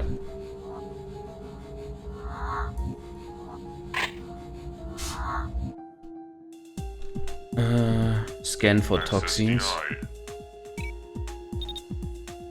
Perform power stabilization. Cannot access damaged files. Reinstallation required. Okay, wir brauchen noch mal was zum Reinstallen. I wonder if that search and rescue program could be a better answer to my prayers. Stabilize power patterns, ja. New data disk required. Ja, jetzt wollen wir eine andere Data Disk. Run search and rescue program. Oh je, oh je. Recovering lost or damaged data files. Recovery successful. CSA text message found and extracted from computer. Message stored in log. Decrypted email message 341 to Captain Frederick Samuel Hobson, Enforcer Secure 09 from Alfred Carrington, FCENet Delta 06. Captain, as the officer in charge of the Enforcer, it is important that you are up to speed on the latest unpleasant developments. As you well know, there has been considerable rivalry between the FCE and the UAC going on since our exodus from Earth. But only few realize how bad the situation is. I trust you to keep this under wraps for now, as we do not need the morale of our employees to get any lower than it already is. I fear that the rivalry will eventually evolve into an actual war between our two factions. As foolish as that possibility may seem to you, for apparently the UAC officials refuse to see reason. The latest political clash has been caused by the UAC showing increasingly great displeasure in our ban of their translocator technology. They insist that there were never anything wrong with their technology in the first place. A claim that we find very questionable and which I'm convinced the FCE will investigate further into if our chaotic situation ever lifts. The strife has gone too far. The FCE is worried that the USC may even conduct questionable actions against FCE vessels and facilities to acquire FCE hardware, and as such, I must caution you and ask you to keep your eyes and ears open. As of yet, we do not know if this fear is legitimate, but we cannot afford anything to happen which could possibly stall Project RTC. Another issue, which has come up only recently, threatens our interests. We have received reports of sightings of pirates in the more desolate areas of Mars, and there is a slight probability of a pirate base somewhere on the planet. So far, these outlaws as of have not attacked the civilian areas yet. If only we could cooperate with the UAC, we could receive a full layout on former UAC territory on Mars, which could be a great help in tracking these bandits, but sadly our current situation is very different. I'm concerned as to how long the pirates have been hiding there. For all we know, we could have been there when the Project RTC team boarded your vessel, so there is a risk of them having stowed away on the ship, trying to spy on our activities. They might still be aboard. I must order you to tighten up on security, Captain. I will be expecting a full report from you on on any suspicious events that might occur. And speaking of suspicious events, our experts have yet to find any explanation to that mysterious intergalactic jump your ship made a while ago, but they are still investigating into the matter. I will keep you posted on this, as I expect you to keep me posted. Sincerely yours, Alfred Carrington, FCE Security Division. Okay. Space Pirates. Das ist doch cool. Yar, fiddle-dee-dee.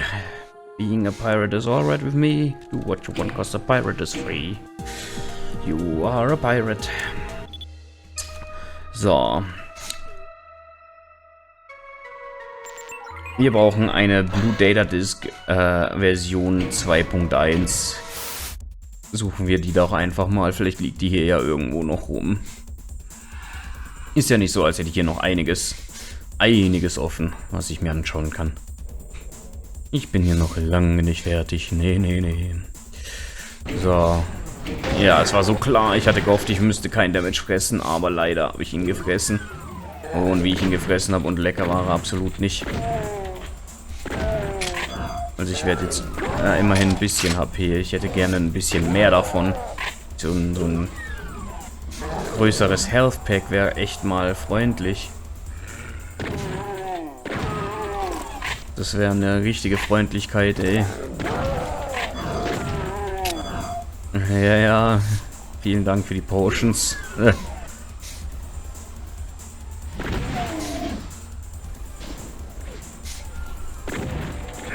Na super.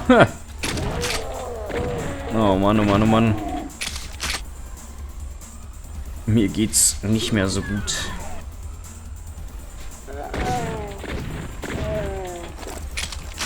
Ja. Irgendwo hier wird doch hoffentlich mal ein bisschen mehr HP sein, als immer nur diese 1 HP-Dinger. Also irgendwann mal hätte ich ganz gerne zumindest ein Medipack.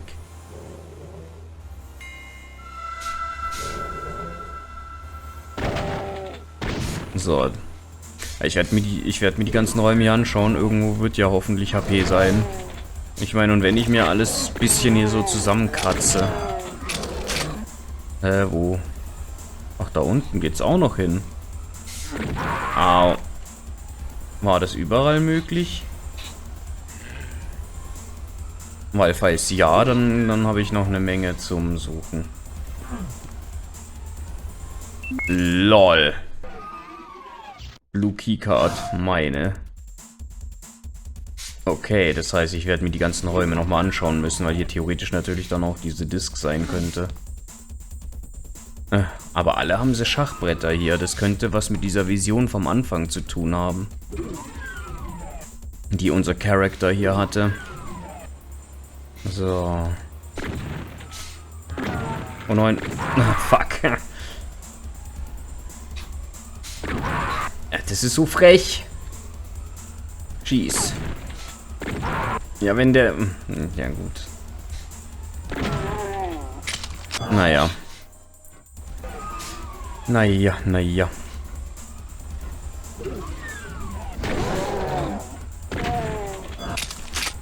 Ich weiß halt auch gar nicht, ob ich hier mich theoretisch manuell umschauen dürfte. Ob das vielleicht sogar gewollt ist.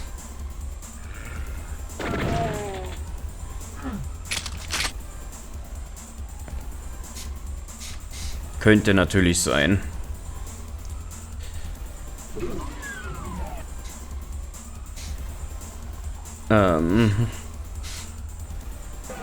So, jetzt hatte ich die hier alle fertig. Ich werde noch mal kurz zurückgehen und mir hier auch die Räume unten anschauen. Weil einfach nur hier, man sieht's, ne, ein bisschen HP liegt hier, vielleicht habe ich ja Glück und in einem liegt vielleicht doch ein großes Medipack.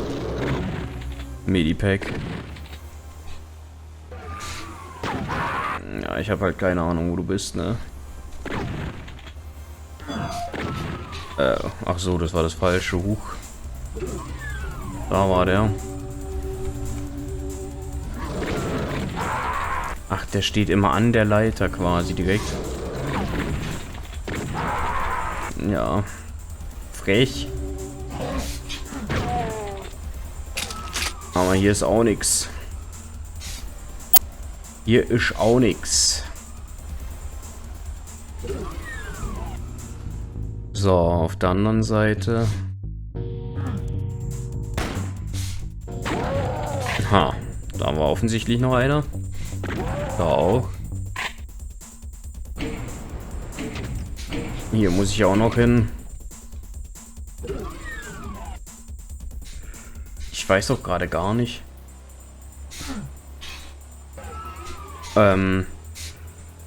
Wofür ich die blaue Karte gebraucht hatte. Also, ich glaube, zur blauen Karte haben... Was war hier nochmal? Okay, das bringt mir noch nichts.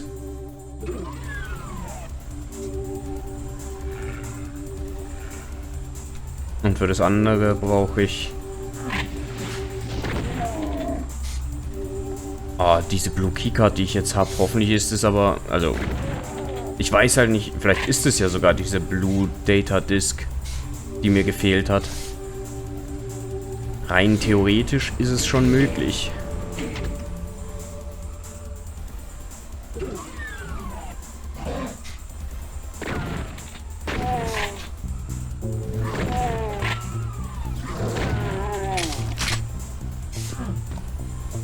Ja, hier ist leider nirgends was.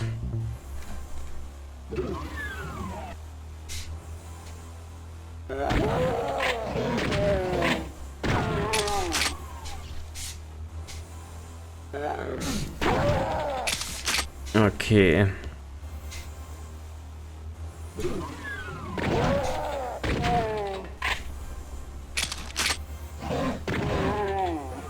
Oh no.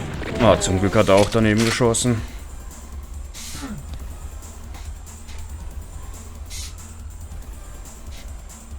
Na gut. Das hier bringt mir noch nichts.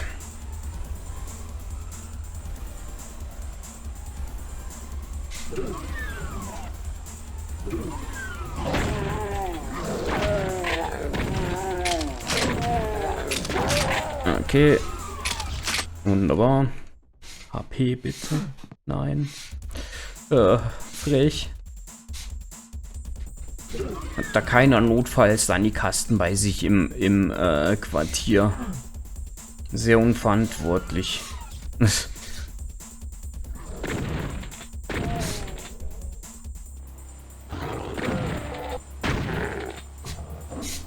Ja, ja, ja.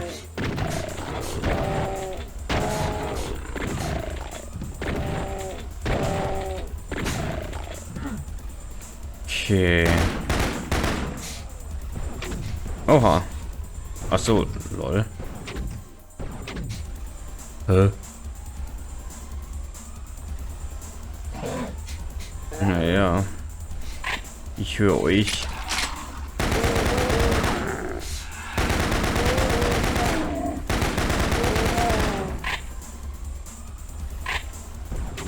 Ja, so soll das, glaube ich, eigentlich funktionieren.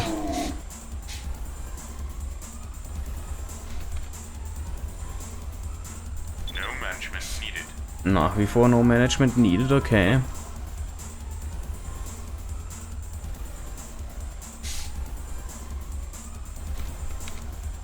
So, wo sind wir hier? Oh, nice. Dankeschön.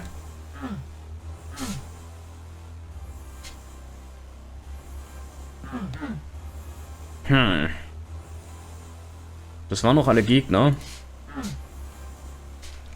Jetzt ist die Frage, ich habe diese blaue Keycard aufgenommen. Ich weiß jetzt gerade wirklich nicht, also wirklich nicht, was die mir groß bringt. Aber was ich tatsächlich machen kann, ich kann in die Labs gehen. In die Labs könnte ich gehen, weil da war ich jetzt noch nicht und da kommt man mit der gelben hin. Ja. Wo kam man denn da nochmal hin? Wo waren der Labs? Da.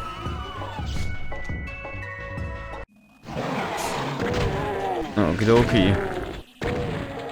Wer weiß, vielleicht hätte man die blaue Keycard ja auch hierfür irgendwo gebraucht. Labs. Okay.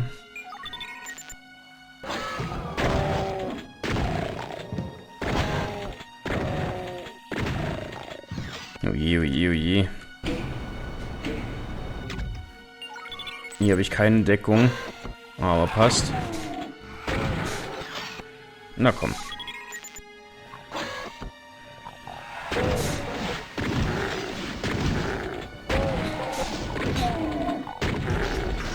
Zack.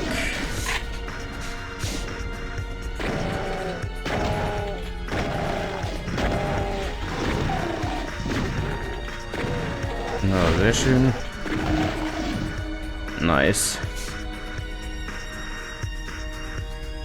Okay, da haben wir einige Räume noch vor uns.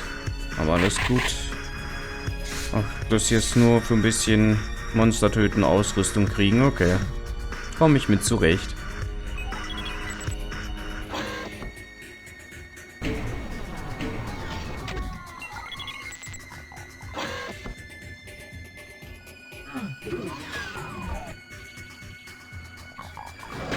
Ja, ja, ja.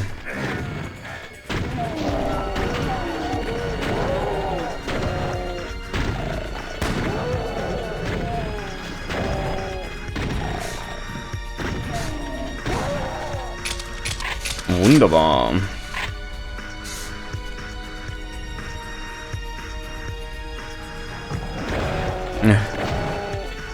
Kein Problem. Ich habe hier eine gute Position, um euch einfach alle wegzuballern. Der ist ein bisschen stuck. Aber ich helfe ihm natürlich gerne aus seiner Misere.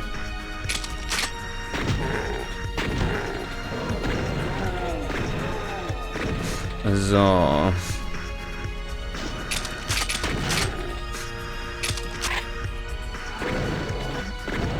Immer schön vor den Shotgunnern in Acht nehmen und dann einfach drauf.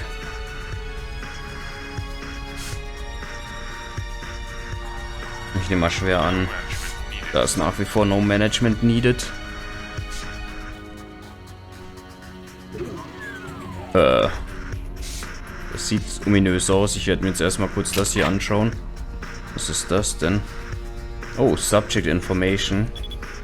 Occupant ID BX 2389, Species Homo sapiens, Gender Male, Origin Volunteer, Project CEC. Subject is ideal for the CEC project. Okay, okay.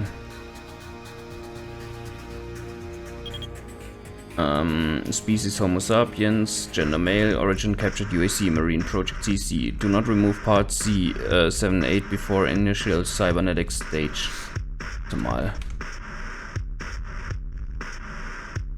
Eliminate Subject. Access denied. Okay, das dürfen wir nicht. Dehydrate Chamber. Access denied. Access denied. Na gut. Access denied. Access denied. Dürfen wir auch nicht. So, was haben wir denn hier? Homo sapiens, Female Volunteer CECF. Subject could be the start of a new series, the CECFs. Ist das wahrscheinlich CEC Female wahrscheinlich. Subject Information not available. Das hätte mich jetzt auch schwer gewundert. Access denied. Access denied. Access denied. Oh, das ist ein Revenant. Occupant unknown, species unknown, gender unknown, origin ship's hangar. Note subject killed pilot threats, specs are. Subject has only bones and no flesh. Ja. Ist ja auch ein Revenant. Die haben alle den gleichen Sprite, okay. Hier ist auch nichts drin.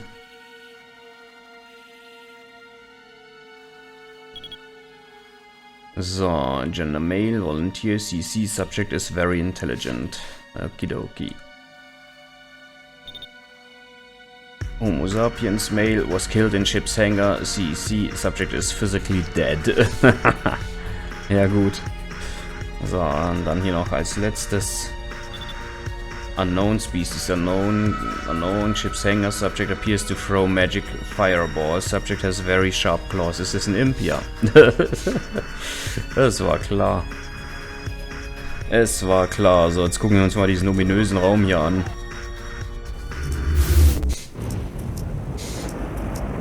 Ja, huch. Am I going insane? Oh no. Dabei ist hier auch gar nichts drin.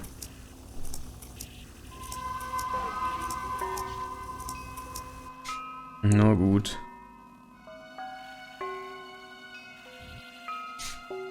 Ach so, hier kommen wir zurück, oder? Ja.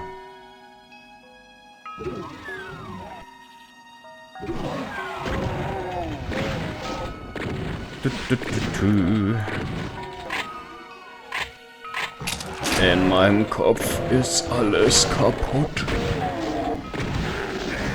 Ich sehe Imps, wo keine Imps sein sollten. Oder so ähnlich. Ich sehe AP und genau da, wo sie sein sollte. Und das ist wunderschön.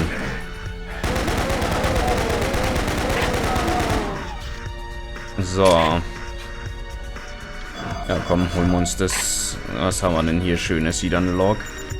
You found a logbook. Oh. Zwei Entries, die ich noch gar nicht gelesen habe.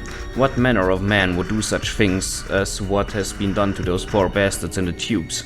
Those were human beings once, but they were tortured in an inhuman fashion.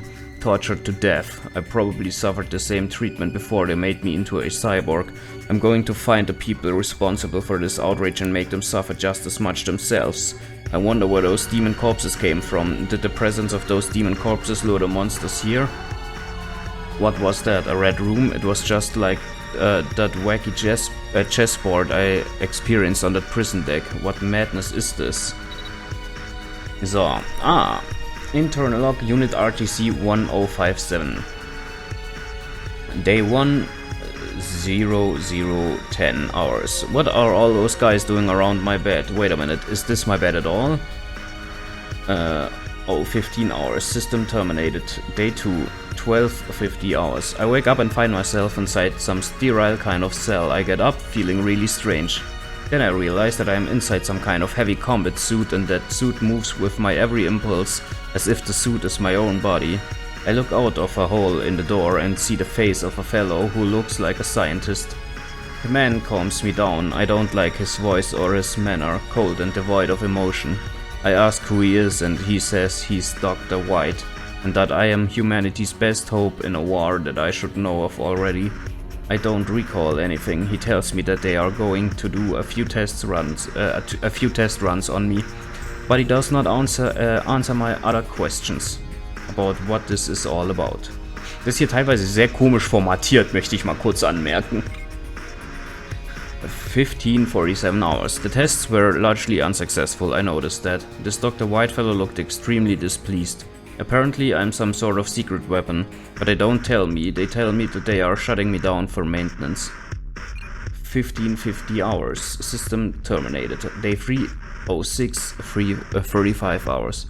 Awake again, surrounded by guys in strange bodysuits. I'm on some kind of bed, surrounded by advanced equipment. They tell me they had to fix some problems. I tell them that I didn't ask for this crap, to which they reply that I allowed them to do with my body whatever they wanted when I was dead. Dead. I am dead. No, they tell me I was dead. They have brought me back to life. They call this abominable existence life. 13 hours. Test runs again, little improvement. Bird scientists mumble about something along the lines of unstable internal systems. They send me back to my cell. Don't know why I am condemned to sit there for the rest of the day. Is it my fault that they can't get my computer systems to function properly? 23:41 hours. Strange. For a moment my cell was illuminated in a crimson glow and the floor turned into black and white squares, just like a chessboard. 23:49 hours. System terminated. Day 4, 05:06. I wake up on that bed again, this time alone. I don't know how I got here or why. It seems like a moment ago I was in that dull cell. Well, this place is a cell too, just more sophisticated and less dull. 11:24 hours. I've been here for hours now. What the hell is the deal? 13:29 hours. Finally they let me out. I've noticed that they use some kind of portable device which seems to slow my movement down. I asked them what that's supposed to be good for. They don't answer. Instead they tell me to get ready for more tests. I'm sick of tests already.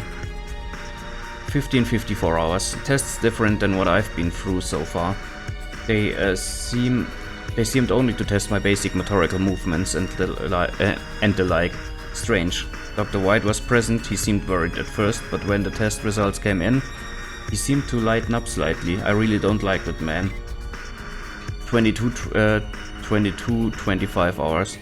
Been sitting in my cell for hours since the test. They could at least tell me what the whole thing is supposed to be good for. Day 5, 03:45.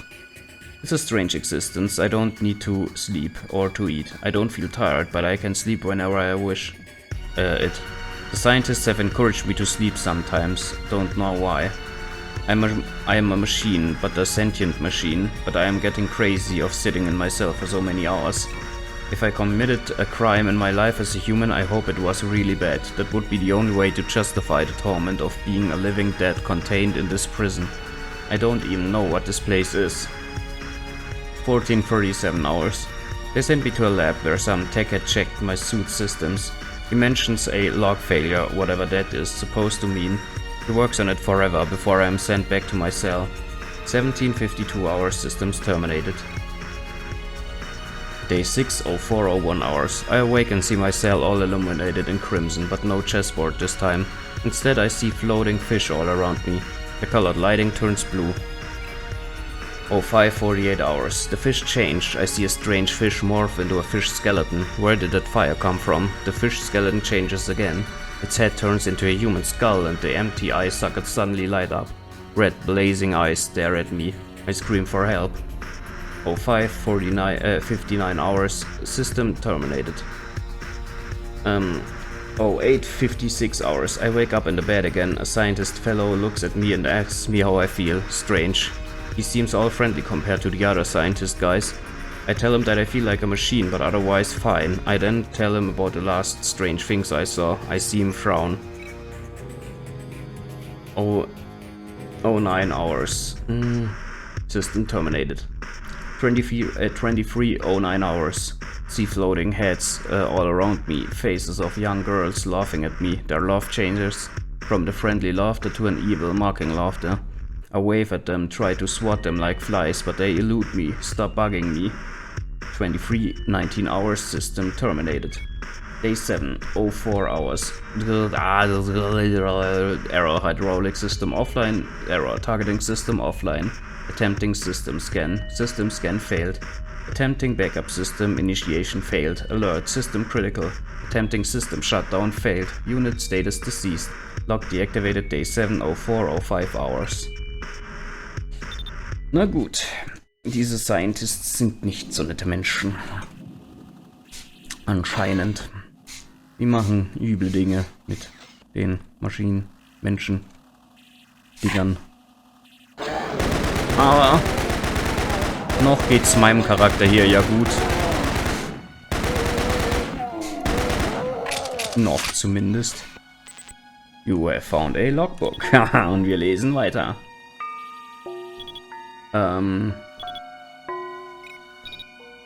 FCE Flagship Enforcer, Personal Log System, showing all personal logs for Dr. Timothy Aloysius White, age 43, sex male, position, project head. Chronological sorting applies with access level of 7 inclusive. Begin list. Log 1, location classified, type personal. As I begin this, my first log on the Enforcer, I can hardly prevent the excitement from bursting through my voice. The waiting is at last over, and I am here in excellent quarters on the Enforcer. Jane and the girls are here, and as usual are contented. I am assured their education on board will be of a standard at least equal to that which they received at home. And with all other mundane matters finally sorted out, I can finally sit back, kick my feet up and enjoy this, admittedly rather characterless reserve whiskey. I've just returned from the Arboretum, one of the few places on this gargantuan ship where I can smoke my pipe in peace. I simply had to have a smoke tonight, so excited was I at what I'd just seen. The FCE have so far exceeded my requirements for the lab. It is indeed a work of art and beauty. All magnetic instruments finished in brilliant brushed metal, and all readout displays lined with teak and mahogany. All the untidy field coils, etc. have been neatly plumbed into the surroundings, and there is a gloriously ample workspace. My desk and chair are excellent. I'm relieved. The ship's purser remembered my request for buffalo hide leather. I shall truly be able to relax with my work now. The perfect aesthetic has been achieved, and I feel confident these surroundings and there is a gloriously ample workspace. Nee, ich hab mich, warte, ich bin in der Zeile verrutscht. Has been achieved and I feel confident these surroundings. Ach, weil da zweimal genau am Anfang Surroundings steht. Ich bin frech. And these surroundings will produce results that even I am yet to realize. I don't mind admitting the last week has been like a glorious dream. It doesn't seem like 7 days have passed since the FCE command finally authorized my experiments on board. No scientist has ever received such intimate access to the flagship's facilities before, let alone have a say in how most of Deck 2 can be used to his own end. I have some 20 staff at my disposal. I browsed over their records this morning and they are all top 1% material, so naturally I feel I shall be able to relax when off duty, even when we get to the critical stages.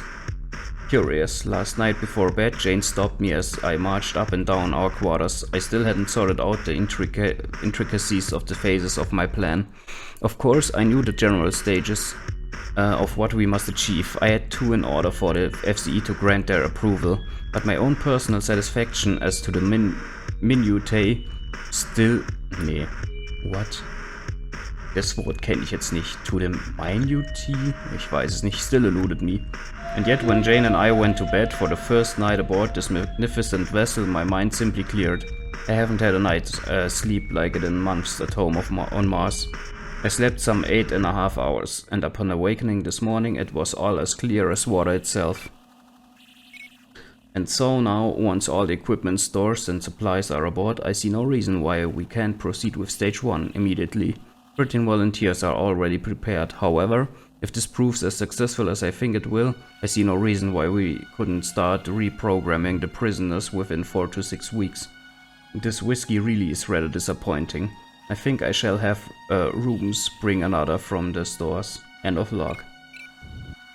Log 2. Date and time reference.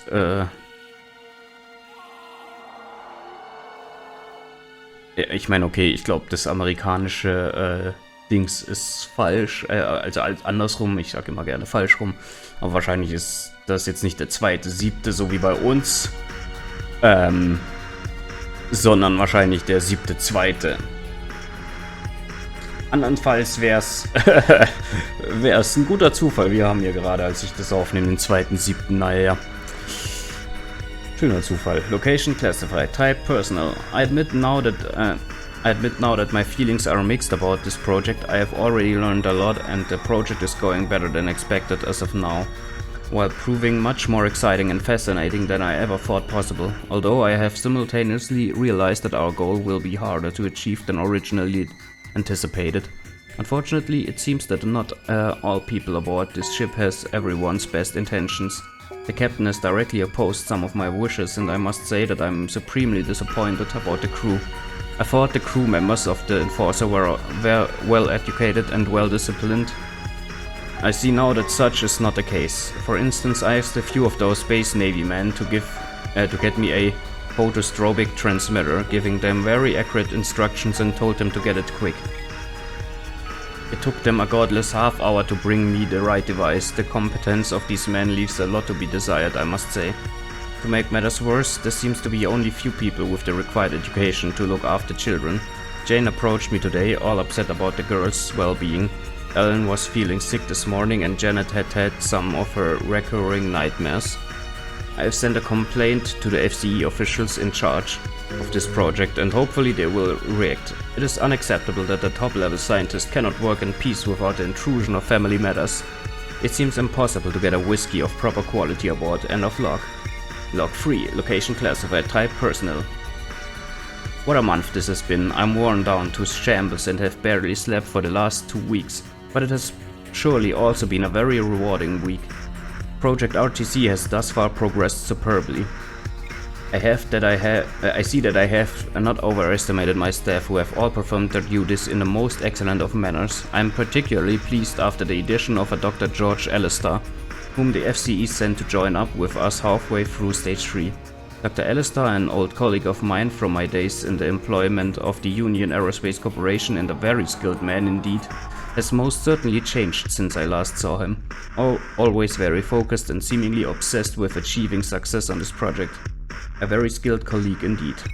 However, I am less pleased with the Navy crew aboard this ship, and unfortunately, the FCE has remained cryptically quiet ever since I sent them my complaint.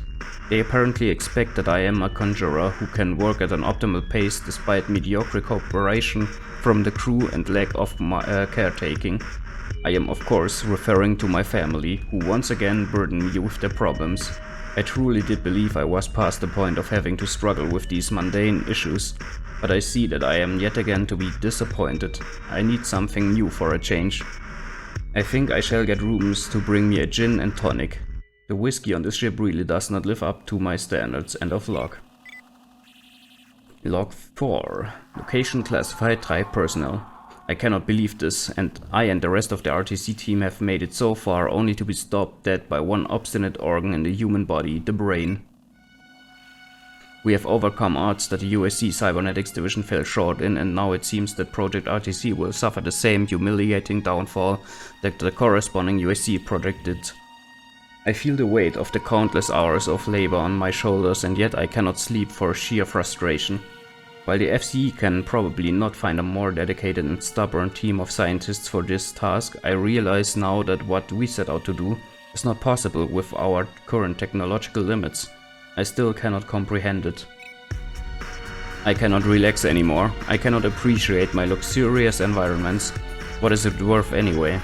My life's dream is crumbling around me. Even the invasion of those alien creatures on Earth did not sway my hopes and dreams that I would one day achieve fame. On the contrary, I was convinced that it was a unique possibility to rise to fame and power, to see my name written so many places, to hear it spoken with respect. Now, this seems so far removed as it can possibly be. I have failed. Even my own family causes me unnecessary qualms. Jane confronted me yesterday, demanding that I treat her daughters like a true father would. Does she not understand what lies at stake? Does she realize that I have gambled everything for her and the girls' very own sake? Doesn't she see what I have to go through for them? The row went on for hours before she told me she would take the girls with her and return to the asylum on Mars. As I write this, I'm watching the transport vessel which will take them back to the Red Planet. A part of me hopes that Jane will reconsider before her journey ends, but another part remains cold. I can barely recognize myself anymore. This project has affected my mind, it seems. End of log. Log 5. Location classified, type personnel. My confusion is beyond words, and that goes for the rest of the science team. I don't know where to begin, so I'll begin with last night. After struggling for hours in vain to overcome our problems with Project RTC, I went to bed early. My colleague Dr. Alistair, who heads up Team B, advised me to get some sleep as he deemed my condition unfit for hard work. I didn't sleep very well. Past nightmares plagued me and I woke up this morning feeling terribly sick. Nevertheless, I decided to go to the labs, only to find the entire ship in chaos while passing through the decks on my way to the science section. I demanded an explanation for the mess, but no one, it seems, knows what had happened other than the fact that the ship had literally quaked, as if some force had it at its mercy. Upon arriving in the labs, I was greeted by Dr. Gorman, who presented me with some odd charts. She claimed they were readings that the bridge's navigation computer had picked up and which the captain had sent to us, demanding an explanation. I don't know who that imbecile thinks he is, trying to boss my team around, but I sat down and had a look at the charts and readings. Nonetheless, I must say it was most interesting but difficult, if not impossible, to apply logic to. From the readings, it seemed that the space around the ship had been distorted and finally warped out of proportion. When I told Gorman, she confirmed that the ship was now in an entirely different solar system. Unbelievable. I know of only one technology that could cause such an apocalyptic change, the UAC translocator technology. This is very strange, as I know that this very technology has been banned by the FCE and the USC are frequently subjected to raids by FCE officials. And surely the UAC would never go as far as to not only disregard the ban, but to carry out such a preposterous act against a FCE vessel. No, it's not likely. It seems far more likely, but still hard to believe nonetheless, that the interdimensional interferences caused by the invasion and the rift gate to the alien invasion has left holes in our universe. If this is the case, then the Enforcer must have passed through one such hole and warped to either a different solar system within our universe, or to a completely different universe altogether. Furthermore, Dr. Gorman showed me a few new bodies that the team had unwittingly acquired. It appears that a few demons slipped through the warp and ended up aboard the ship. Fortunately, it was only a very small number of them and the security forces were able to neutralize them. I cannot help but shudder at the thought of those beasts aboard this vessel. I dare not even think about what these monstrosities would have done to us. Hopefully there was no damage done to the labs. Demons, only a fool would truly believe in such nonsense. Though I must admit that this race of alien creatures is so far removed from regular scientific logic as it can be. I've often tried to find an explanation, but these monsters will forever remain a mystery to me.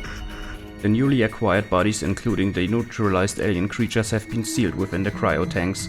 Perhaps studying these beasts more carefully and acquiring more data on them will prove extraordinarily useful, not to mention enriching within our fields of knowledge. Though I am worried about their presence, they are linked to the warp somehow, but I don't know how, and I do not like inexplicable occurrences. The captain is calling me to the bridge. Something about the ship approaching a planet, very excited about the prospect of studying a foreign world for a change. End of log. Log 6. Location classified, type personal. I am so overjoyed that all past problems are but half-forgotten memories. It seems a solution to our problems are within range. After only a few hours on this strange planet, Alistair came running into the labs. He had been with the team investigating the landscape when he collected a sample of an interesting material. I shall allow myself to start with the beginning. The Enforcer was damaged by our warp through space-time, and the captain decided to attempt a landing on this uncharted planet. For once I must commend the captain, for had he never decided to land on this world, I would still be growing an increasing number of grey hairs over the TMC issue, which would otherwise have been as good as unsolvable. Excited about the change and stimulated about the prospect of what might be waiting for us on this world, I divided the RTC teams into small survey teams to collect samples and study the topography and ecology of our new surroundings. The various trips all proved very interesting. The materials had many varied and interesting properties, many of which were similar to those of known materials. Today my colleague Dr. Alistair made the trip with which would provide the boost of Project RTC it needed. Dr. Alistair discovered a sort of growth, and he was able to extract a fluid which seemed to have certain unique properties of use. Through his testing, the good old Alistair achieved interesting results, suggesting that we can convert this fluid to a sort of preserving agent with exactly the properties needed to protect the human brain against the damaging side effects of the CSA's brainwave decoder. But to be certain, we need a more substantial amount of this fluid, as Dr. Alistair did not possess quite enough to fully determine if the above mentioned was possible. These test results were only just achieved 10 minutes ago. I will join a team and head out there myself. End of log. Log 7, Date and Time, Reference 22.11. Okay, dann ist das Datum tatsächlich für unseres, okay.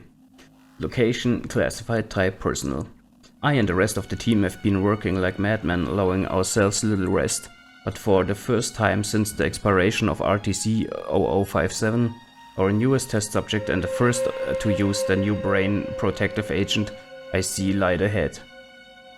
RTC-1057, the next version of the regaining total control ground unit, is slated to become activated around midnight. Just as with RTC-0057's awakening, I am not going to miss this event, no matter how tired I am. Despite any and all good signs, I feel worried, afraid even. There were so many problems with RTC-0057.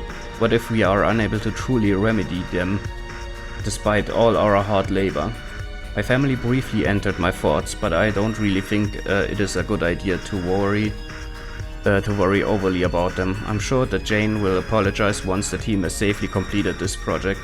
Then she will realize what I have sacrificed for her sake and the sake of humanity. I am exhausted. I have a few more hours before the grand unveiling, so I should go and get some sleep while I can. End of log.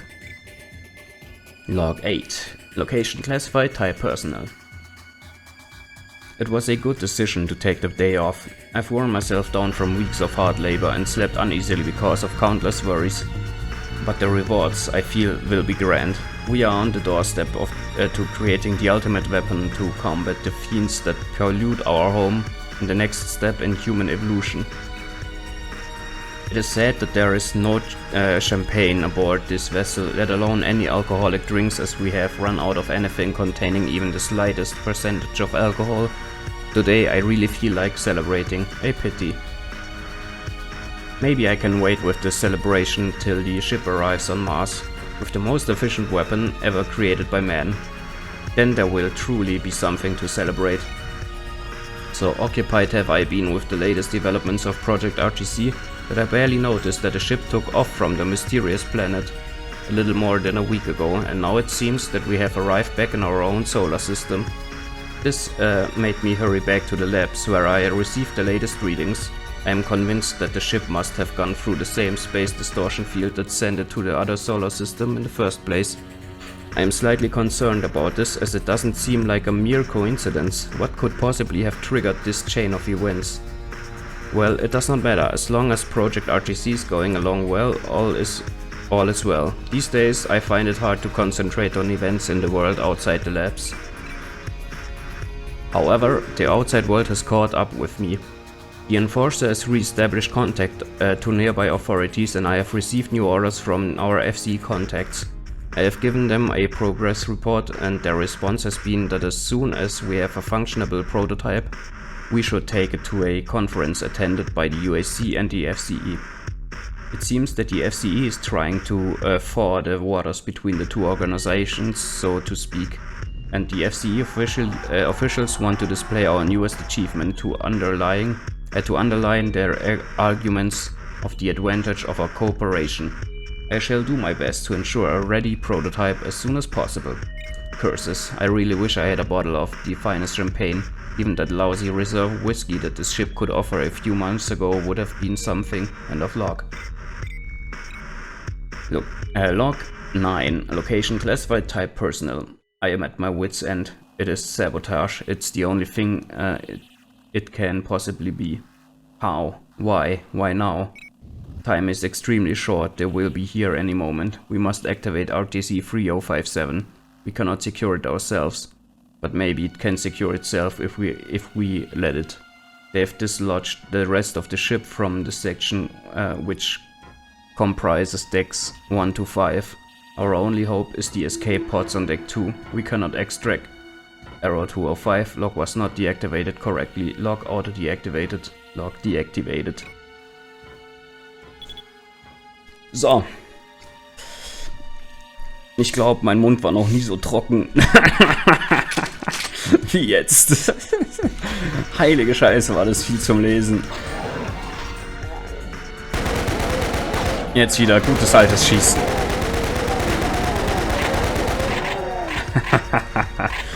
Oh Mann, ey. Aber ist doch ganz interessant. Das heißt, dieser Dr. White, der sehr versessen auf seinen Erfolg war, wollte uns unter allen Umständen retten anscheinend. Und ja, naja, scheint er ja zumindest geschafft zu haben ein bisschen.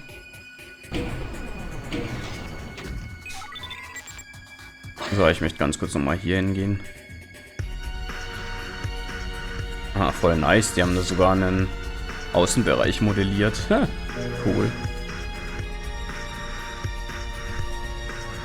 Aber ich glaube, mehr kann ich hier gerade gar nicht machen, oder?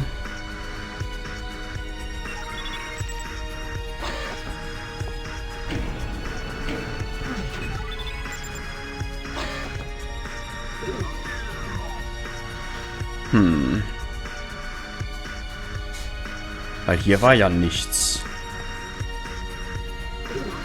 Also die Labs sind jetzt natürlich nice gewesen für so Lore und Story, I guess, aber ich glaube wirklich, was erreicht habe ich hier nicht, wenn ich das richtig weiß, oder? Bin ich nämlich gerade gar nicht sicher. So, was ich jetzt probieren werde, ist im Personal Lift nochmal auf Ebene 1 zu gehen. Und zwar will ich wissen, ob diese blaue Karte jetzt...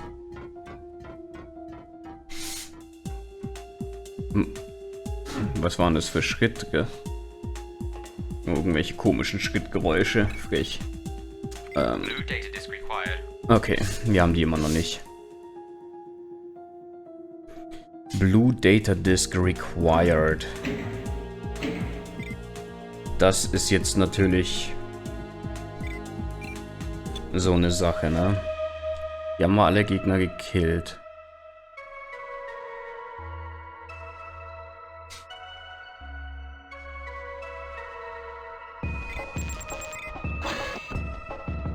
Jetzt müssen wir eigentlich nur rausfinden, wo ist diese Blue Data Disk? Was bringt mir die blaue Karte? Ich meine hier, ja, Power, das kam ja schon einmal die Message, Power is out. Das bringt mir da also schon mal nichts hinzugehen. Wir könnten mal diesen Gang, da war ich noch nicht am Ende, aber ich glaube, da ist auch gar nichts, oder? Ja.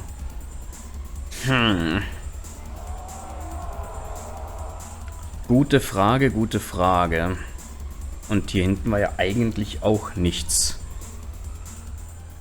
Eigentlich. Außer ich habe mal wieder was übersehen, was immer möglich ist. No management needed. Und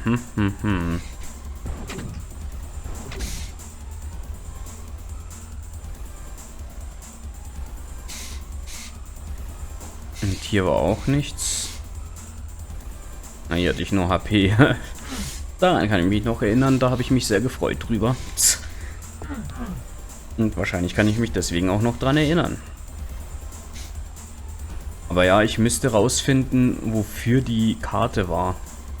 Ich habe jetzt gerade echt keinerlei Erinnerung an irgendeinen Ort, wo ich eine blaue Karte gebraucht habe. Eine blaue Karte. Wo? Wo habe ich dich gebraucht, blaue Karte? Kannst du mir das verraten? Bestimmt bei irgendeinem Control Panel. Ja. Bestimmt hieß es bei irgendeinem Control Panel, ja, Blue Keycard required und dann habe ich das vergessen, wo das war. Aber der Ansatz ist vielleicht gar nicht mal blöd. Vielleicht gehe ich mal noch mal ein bisschen die Dinger ab. Warte mal, da muss ich ja sogar hier wieder durch. Biocontrol war Quatsch, meine ich. Da muss ich nicht mehr hin. Deck 5 war die Cargo Area. Da gibt es eine Stelle, die ich mir noch mal anschauen könnte.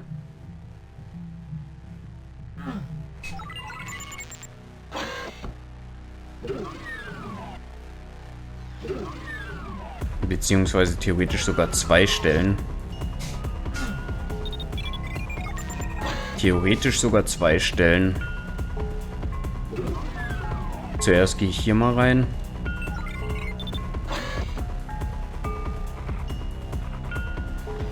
So, das hier hatten wir ja schon mal. Purify Steam. Access denied, okay. So, das hier brauchen wir also nicht. Dann gehen wir hier nochmal in den Control Room. Der war hier ja irgendwo auch noch. Vielleicht gibt's oder gab's da noch irgendwas? Control. Warte mal. Ach, upsie, boah, ich habe jetzt schon komplett vergessen, wie man den Ort hier navigiert, gefühlt. Hier habe ich auch die Data Disk benutzt. Aber das haben wir ja eh schon gemacht. Ja, das haben wir ja eh auch schon gemacht, ja.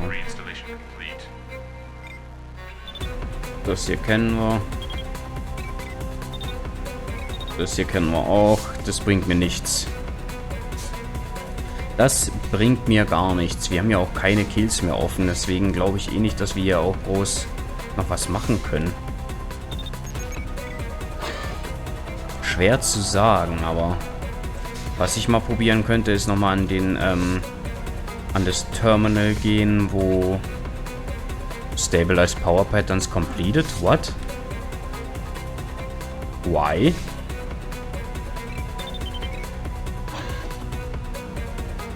Upsi, hier kann ich einfach durch. Warum? Hoffentlich ist das kein Bug, weil ich jetzt die Software bei dem anderen auch nochmal reinstalled habe. Warte mal kurz. Warte, 1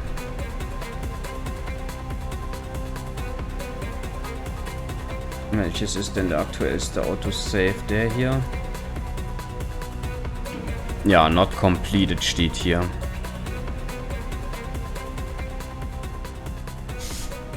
Das möchte ich mal ganz kurz testen tatsächlich. Möglicherweise habe ich hier einen kleinen Bug entdeckt. Jetzt interessiert mich das. Das muss ich jetzt kurz rausfinden, weil es ergibt keinen Sinn, dass das auf einmal completed ist. Außer das hat irgendwas, außer hier, Reinstalling software. Reinstallation complete. hat das was geändert? Nee. Ah, das hier war's. Aber das ergibt ja keinen Sinn, ich muss ja was komplett anderes machen. Das muss ein Bug sein und ich will nicht durch einen Bug weiterkommen. Falls man da überhaupt weiterkommt, ob das nicht sogar irgendwas komplett kaputt macht. Weiß mir ja auch nicht. Nee. Das ergibt absolut keinen Sinn, vorne und hinten nicht. Dass das der Weg wäre, um weiterzukommen. Weil meine Objectives sind ganz klar eigentlich. Rausfinden, wofür ich die Keykarte brauche. Die Data Disk holen auf der Brücke, die Software reinstallieren und die Power Patterns stabilisieren. Genau. Hier könnte ich mal gucken. Access denied. Na gut.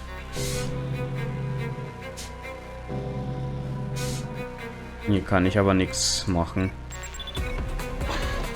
Ja, ich würde einfach mal nochmal abbrechen und nachschauen. Okidoki. Ich habe rausgefunden, wo es weitergeht, aber zuvor... Zack, haben wir nochmal eine Menge zu lesen. Ich hoffe, man ist bereit. Ich hoffe, ich bin bereit. Und zwar hier, Project RTC, Project Head, White, Timothy Lloyd's Dr. Timothy Lloyd's Dr. Overview. So, jetzt. Project RTC is an attempt to pick up the remains of a very ambitious research project conducted by the UAC Cybernetics Division a few years back. Allegedly, the Union Aerospace Corporation, with considerable military funding in their bags, sought to revive dead bodies through cybernetic implants to create the perfect army. The UAC project, however, ran into serious problems and eventually lost its funding. Now, the need for new weapons to eliminate the alien threat compels us to pick up the threat where the UAC dropped it and follow through on it. RTC is short for Regaining Total Control, which is fitting. We shall gain total control over the dead and use them to regain total control over the Earth, which is rightfully ours. The FCE has given the RTC team full authority to requisition anything it needs to obtain this very goal, and I am assured that the team will do anything in its power to succeed, so backed not only by the data recovered from the cancelled UAC project, but the painstaking theoretical research committed by the FCE Science Division, of which I myself am a member of. As well, since the exodus of humanity, this team shall create fully cybernetically augmented soldiers. Progress Report 1. The preparation of the prisoners went off according to plan and are now stored in cryotubes within the lab. The RTC science team has begun Phase A of Stage 1, which involves testing live test subjects' nerve reactions.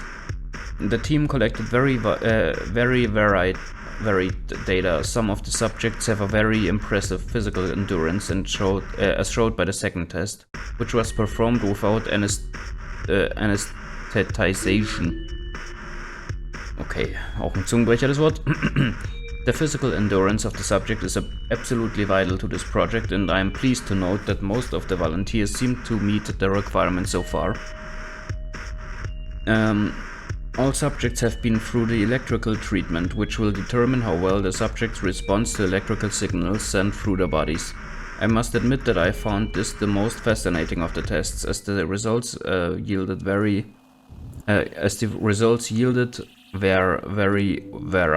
varied. A few subjects passed out from the exposure and were deemed unfit for further testing. Progress Report 2. Phase B, which serves to test how well the brain can work together with an advanced minicomputer. has progressed fairly well, though unfortunately one test subject expired during testing and we have been unable to determine the cause as of yet. This was very unfortunate, as we could not properly establish whether it was a unique occurrence or whether it will be a general problem with the microcomputer prototype. I decided to carry out this test on additional test subjects to investigate into this problem to see if it was a more generalized problem, but I had a major quarrel with the ship's captain about obtaining able-bodied men and women for the tests. The ignorant fool doesn't realize the importance of this project, and I do not, for the life of me, understand why he was chosen as the officer in charge of the ship. The captain finally agreed, but I did not manage to requisition the desired number of test subjects that I had hoped for. I must file a complaint about this incompetent person to the FCE project's management. The tests were successful, and the above-mentioned unfortunate incident did not repeat itself, so I have decided to go ahead to Phase C, despite minor uncertainties. Progress Report 3. Phase C of Stage 1, which served to combine Phases A and B, went off without any noteworthy occurrences, and it seems we can proceed to Stage 2 at last. Stage 2 involves the fine-tunings of the most vital implants for the RTC droids. The team started off with the initial fine-tuning of the devices in the early stages of Phase A. Tomorrow we shall test the implants on the prisoners. Progress Report 4. Today the team has been busy working on Phase B of Stage 2, testing the implants on the test subjects. The work is picking up rather quickly, and as Stage 2, 3 and 4 will be the three most complicated and demanding stages, I foresee that I will have little time to relax or even record my work for the next month's time. But I will make sure that the FCE project's management receives a full report by the end of the month. Progress Report 5. Stage 2 went without any noteworthy implant issues, and all errors and malfunctions were corrected. Unfortunately, prisoner 357 went into a raging frenzy during experimentation and had to be terminated. We decided to store his body for Stage 3, where we shall start experimenting on dead bodies, though I believe we will have to take a note of this problem. Stage 3 was not unproblematic. The dead cells of the bodies would initially not regenerate, and the project suffered a minor setback in which the team had to find a way to stimulate the regeneration process. We found that we had to run a molecule restructuring progress for the stimulating agent to make it work. After a lot of minor issues, the project got back on track and the team succeeded in bringing a dead body back to life. But the subject was in a comatose state in which she could not move or use her senses, like a fully operational human being. This was as far as the USC ever got in their endeavors to cybernetically revive dead bodies. The team later managed to revive the other dead subjects. Stage 4 was even more problematic than Stage 3. All three phases had their share of issues. The neural transmitters, which otherwise had worked perfectly in a living body, failed to emit the right signals, causing the subjects' movements to be completely erratic, leaving the revived subjects more helpless than babies. Subjects couldn't walk, crawl, or even point their arms, not to mention communicate in any way. The sense apparatuses for most subjects were a complete mess as well, and all in all we were forced to restrain the subjects from keeping them from harming themselves or ruining the implants. We have already lost a few precious devices, but that was to be expected. After many corrections and painstaking research, the team finally managed to have the subjects move normally and brought their senses to an acceptable level. The subjects can't smell very well and their sense of taste is non-existent, but they won't need these senses as much, so I see no reason to worry about that. The subject's condition is currently slightly unstable but acceptable. Given the time of the project, I think we can move on to Stage 5. Progress Report 6. Phase A of Stage 5 went remarkably smooth. It is interesting to note that this phase has progressed almost exactly as predicted. The test subjects were motorically functional but unable to talk. I am pleased to note that the current abilities of the subjects meet all the requirements for this phase, and we have proceeded with Phase B already. Phase B served to test the subjects' communicative abilities, and I am pleased to write that the subjects have all displayed the intelligence and the intellect that their records state they had in life. We still haven't enabled them to talk, but their body language and general attempts to communicate otherwise are understandable, for the most parts. He terminated subject 53 as he failed most of the communicative tests. Progress Report 7. The team has run into a serious problem that it cannot readily solve. The project has reached stage 6, where the TMC tactical minicomputer is to be implemented into the prepared test subjects' heads and linked directly to the subjects' brains. This device is very important for a number of tactical reasons, but first and foremost it shall serve to keep the cyborgs under our control. However, being the most delicate implementation of the entire project, it was no surprise that the team would experience difficulties. This unfortunately has proven to be far beyond our control. The TMC has proven to severely damage the brain's nerves and quickly caused subjects to go insane. To make matters worse, the TMC, once implemented, cannot be retrieved again. Hence, we have lost 10 otherwise perfectly suitable test subjects to this insanity issue.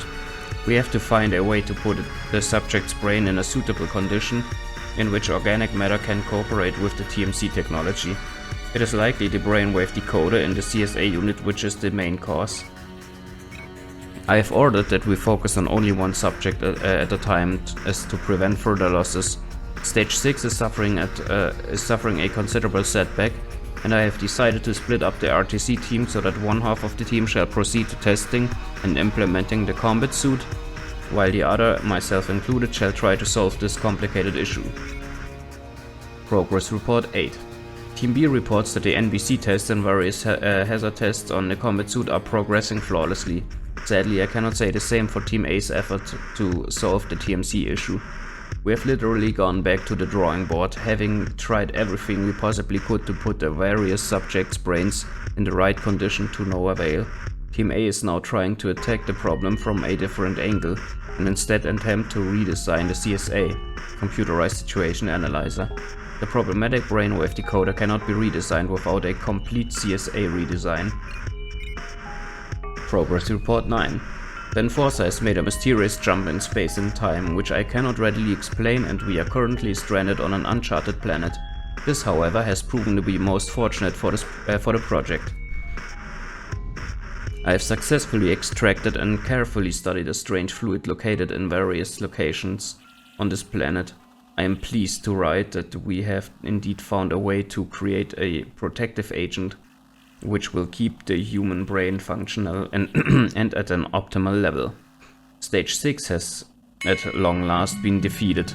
It seems Team B took care of Stage 7, so we can finally move on to Stage 8 and the first actual RTC prototype.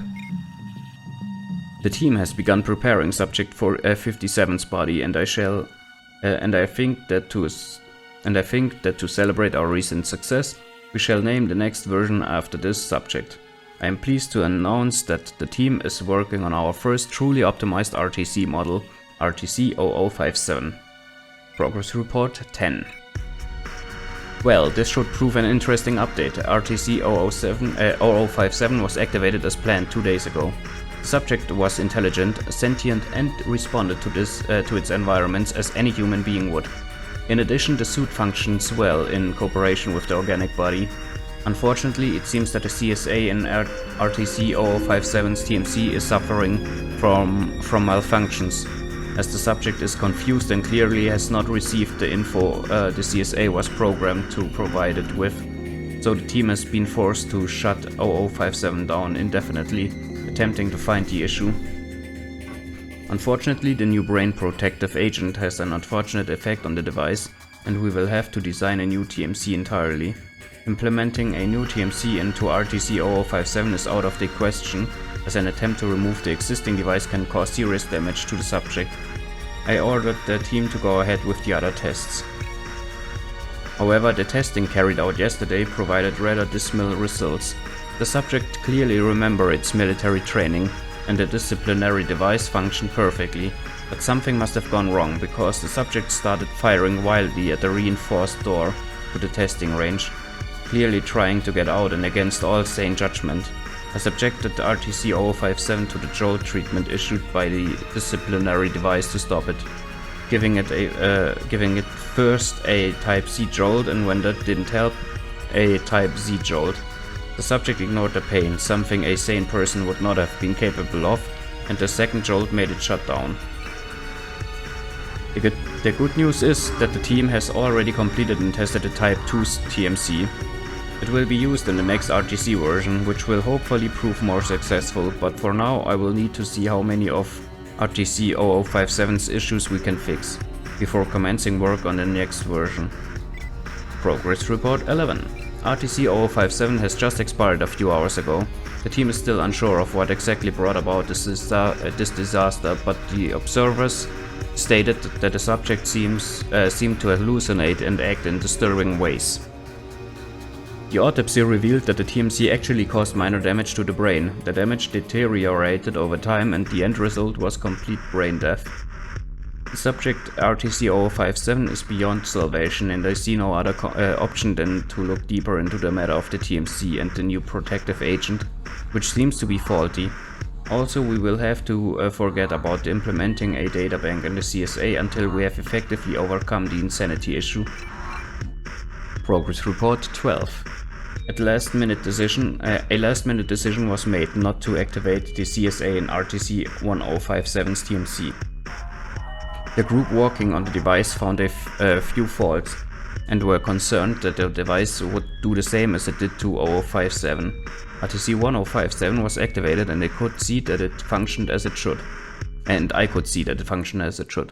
The subject appeared to be able to control its own power supply, and it was apparently afraid of what it experienced, so it shut down on its own. Most fascinating. It reactivated itself the following day. While I had the pleasure of observing it, the subject was clearly frightened of its surroundings and its situation. But I managed to calm it down, and after that it responded intelligently to my own inquiries. The subject appears to be cooperative, which is very good news, as this suggests that the team has eliminated one of the greatest problems found in RTC-3057. Still, the subject does not seem to completely trust anyone around it. The test runs, however, were a sore disappointment. RTC-1057 remembers its military training, however, it seems to have problems getting used to its suit. The suit also has internal problems which could not be readily fixed. We will have to work on the suit. I have already seen to it that the group responsible for the design of the inner shell have begun improving the suit, but I believe it will also work to further improve the TMC. By expanding its data feed to include encoded information on the use of the suit, that devices the entire project's Achilles heel, it seems. We are on to TMC model 45C and still we need to work on it. Progress Report 13. RTC-1057 recently expired exactly like RTC-0057. It seems that the fault not only lies with the TMC, but with the actual protective agent. I shall look into this myself and try to find out what exactly is causing this issue. RTC-1057 lasted considerably longer than its predecessor, but I suspect that this is really only because the CSA was not activated. Also, it seems that the subject was not quite as cooperative as I initially thought. However, it seems we are closer to nailing the problem. The team has found that the internal systems occasionally become unstable. I have no doubt that this issue also occurred with RTC-0057. Also, a few other good news comprise that we have eliminated the problem with the suit's maneuverability, as the subject's motorical skills surpassed all expectations after we had implemented a few fixes into the suit. I have found an interesting reaction in the X-fluid used for production of the brain protective agent.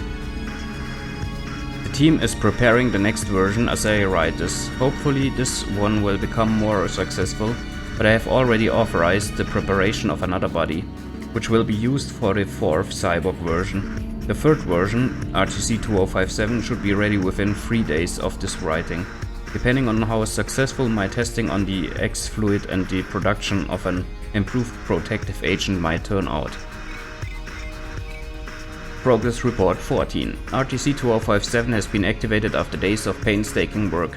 The TMC works as it should, and the first test runs were moderately successful. Though we encountered a problem with the left leg stabilizer, there were no real issues worth mentioning. and the stabilizer will be fixed accordingly.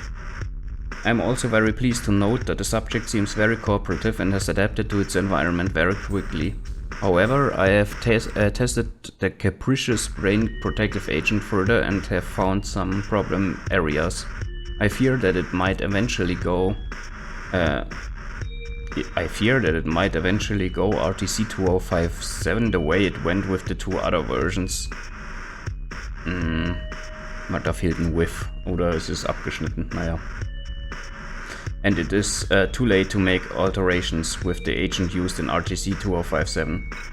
I have begun making what I hope is the final set of improvements to the protective agent, which shall be used in the next version, RTC-3057. Das sind wir, wahrscheinlich. Progress Report 15. RTC-3057 became erratic some few hours ago, and its condition has deteriorated, leaving it a rambling lunatic one moment and a rationally thinking being the other. It is, however, noteworthy how the subject switches between temporary insanity and a perfectly stable, insane condition within moments.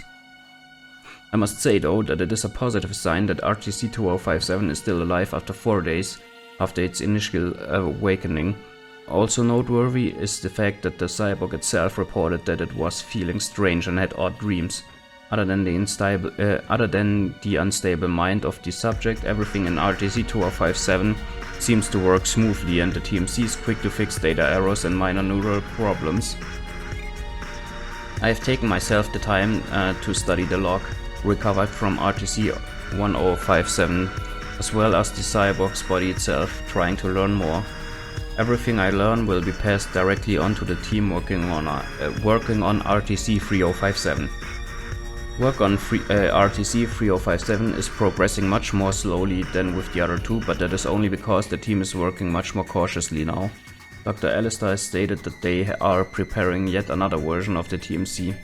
He gave me a quick test of its capabilities. I must say that I am impressed with the newest version.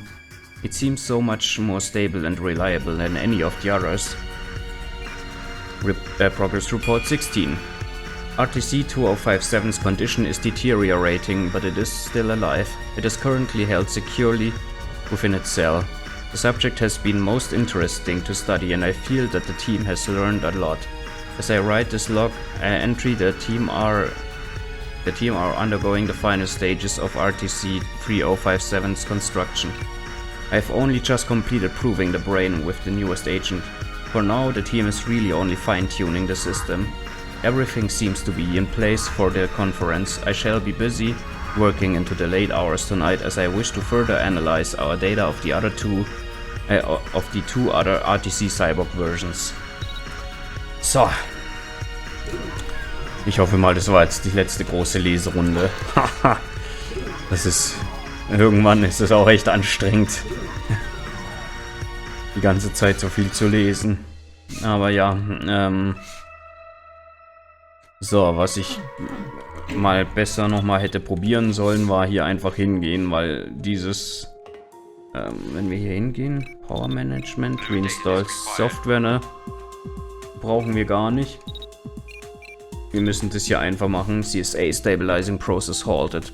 Process is 90% complete. Power must be rerouted from 4 power management consoles located inside labs and at control stations on Deck 2. Genau. Das heißt, wir haben jetzt eine kleine Quest.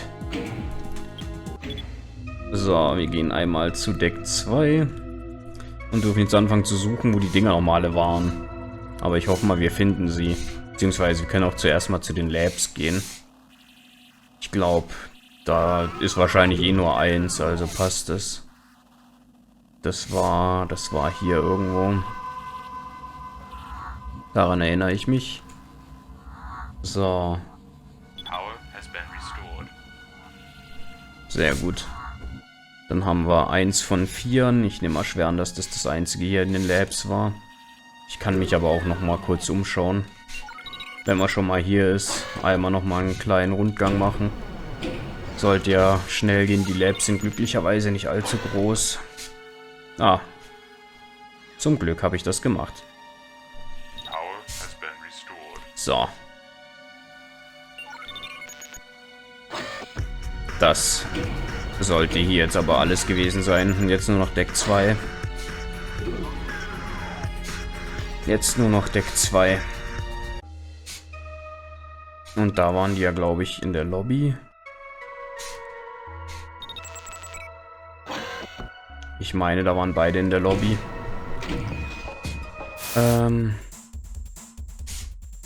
So, eins war in der Dunkelheit, das weiß ich noch. Ich weiß noch nicht, ob das jetzt oben oder unten war. Hier war nur das Ding. Wahrscheinlich müssen wir da sogar am Schlussfinal hin, um zu entkommen. Aber dazu dann mehr, wenn es soweit ist. Jetzt muss ich erstmal die Dinger finden. Ich bin mir sehr sicher, dass eins in der Dunkelheit war. Ich weiß noch nicht mehr. Ich weiß halt echt nicht mehr wo, also. Könnte sein, dass ich hier ein bisschen rumsuchen muss dann, aber hoffen wir einfach, dass ich nicht allzu lange suchen muss. Hier müsste auch eins gewesen sein, wenn ich es richtig weiß.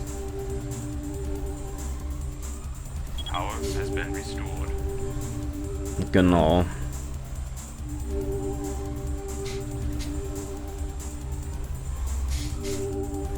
So, hier war nix. Nee, ich gehe nochmal nach oben.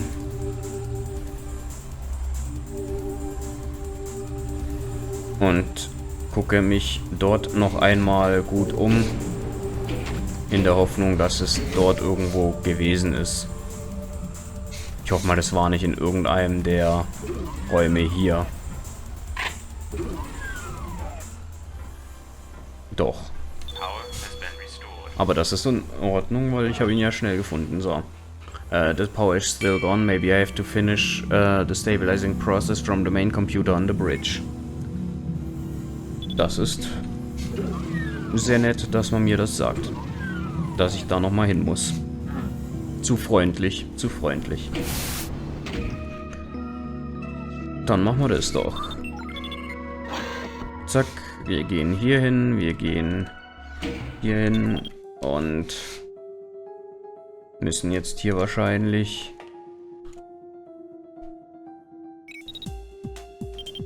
Looks like the power is back. Das freut mich. Dann gehen wir wieder zu Deck 2.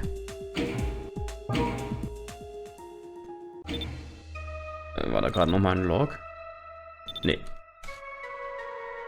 Dann gucken wir doch mal. Hier ist jetzt wieder schön hell. Und da sind die Escape Pods.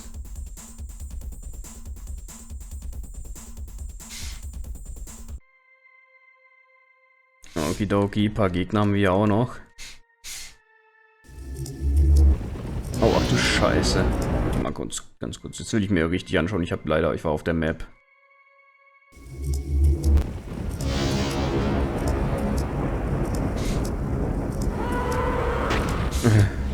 Okay, die Hallos kicken mal richtig.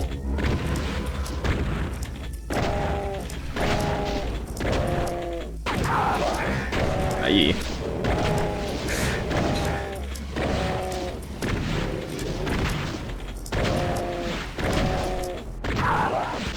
Autsch.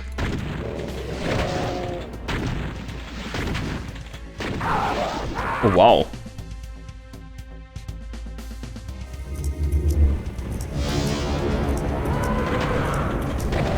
Das war gemein.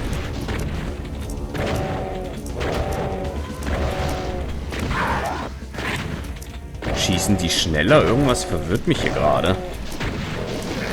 Oh Gott, wow, die kam jetzt aber schnell auf einmal. Ich glaube, ich brauche die Chain Gun. Die wird die wahrscheinlich schneller killen als die normale Shoddy.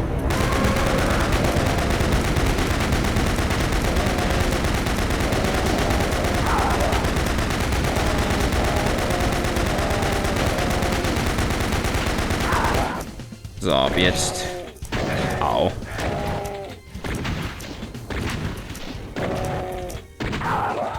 Nice. Naja, da sind die restlichen.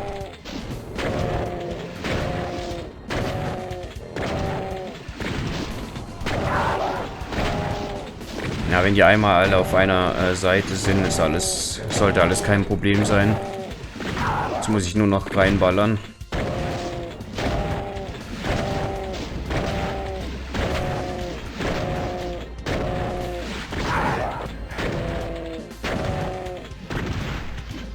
Na komm. So, 2 Stück noch. Da seid ihr.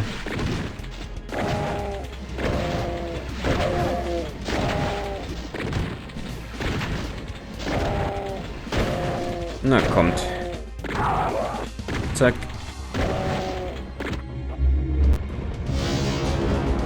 Ja, holy.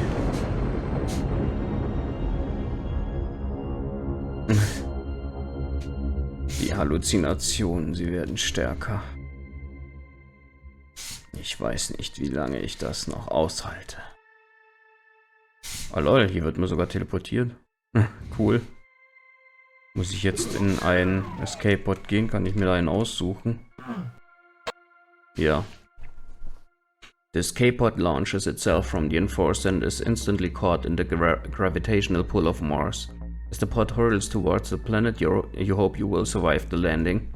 Without warning, the entire pod shakes viciously and you suddenly feel yourself weakening. Moments before you lose consciousness, you notice that all electrical systems aboard the pod cease to respond. You can feel the pod rushing down. Everything blacks out. Lol, heißes Bild. Naja, die Gegner kennen wir alle. Hier waren keine neuen dabei, wenn ich das richtig weiß. Sehr viele waren überhaupt nicht dabei. Wir haben keine Mankubi gesehen. Und Barons haben wir... Na, doch, einen Baron haben wir in dem Hangar gesehen. Arachnotrons haben wir nicht gesehen. Euch sowieso nicht. Du warst nur ein Crew eingesperrt. Dich gab's auch nicht. Dich zum Glück auch nicht. I'm sorry, du warst auch nicht dabei und der Cyberdemon, der jetzt kommt, der war zumindest im Hangar und wurde ins Universum geschleudert. Nice. Hier haben wir nochmal den neuen Sprite. Aber ja, das war doch mal echt was Cooles. Also das hat mir sehr viel Spaß gemacht. Sehr, sehr cool gemacht. Hat mich in vielerlei Hinsicht an System Shock erinnert tatsächlich. Auch was bisschen die Geschichte angeht. So hier und da kleine Ähnlichkeiten waren auf jeden Fall vorhanden. Aber ja, das war RTC-3057 Hub 1 und leider war es das auch mit diesem kompletten Projekt anscheinend, denn das Team, das das gemacht hat, hat sich dann irgendwann sehr extensiv und sehr lange einem Doom 3 Projekt gewidmet, was ich auch irgendwann noch spielen werde, keine Angst. Aber ja. Das heißt, von RTC werden wir hier nichts mehr sehen, leider, außer die haben irgendwann mal wieder Bock, das weiterzumachen, was ich aber sehr bezweifle. Das ist jetzt schließlich auch fast 20 Jahre her. Aber gut, aber gut. Dann würde ich einfach mal sagen, man sieht sich bei der nächsten Wort wieder. Bis dann. Ciao.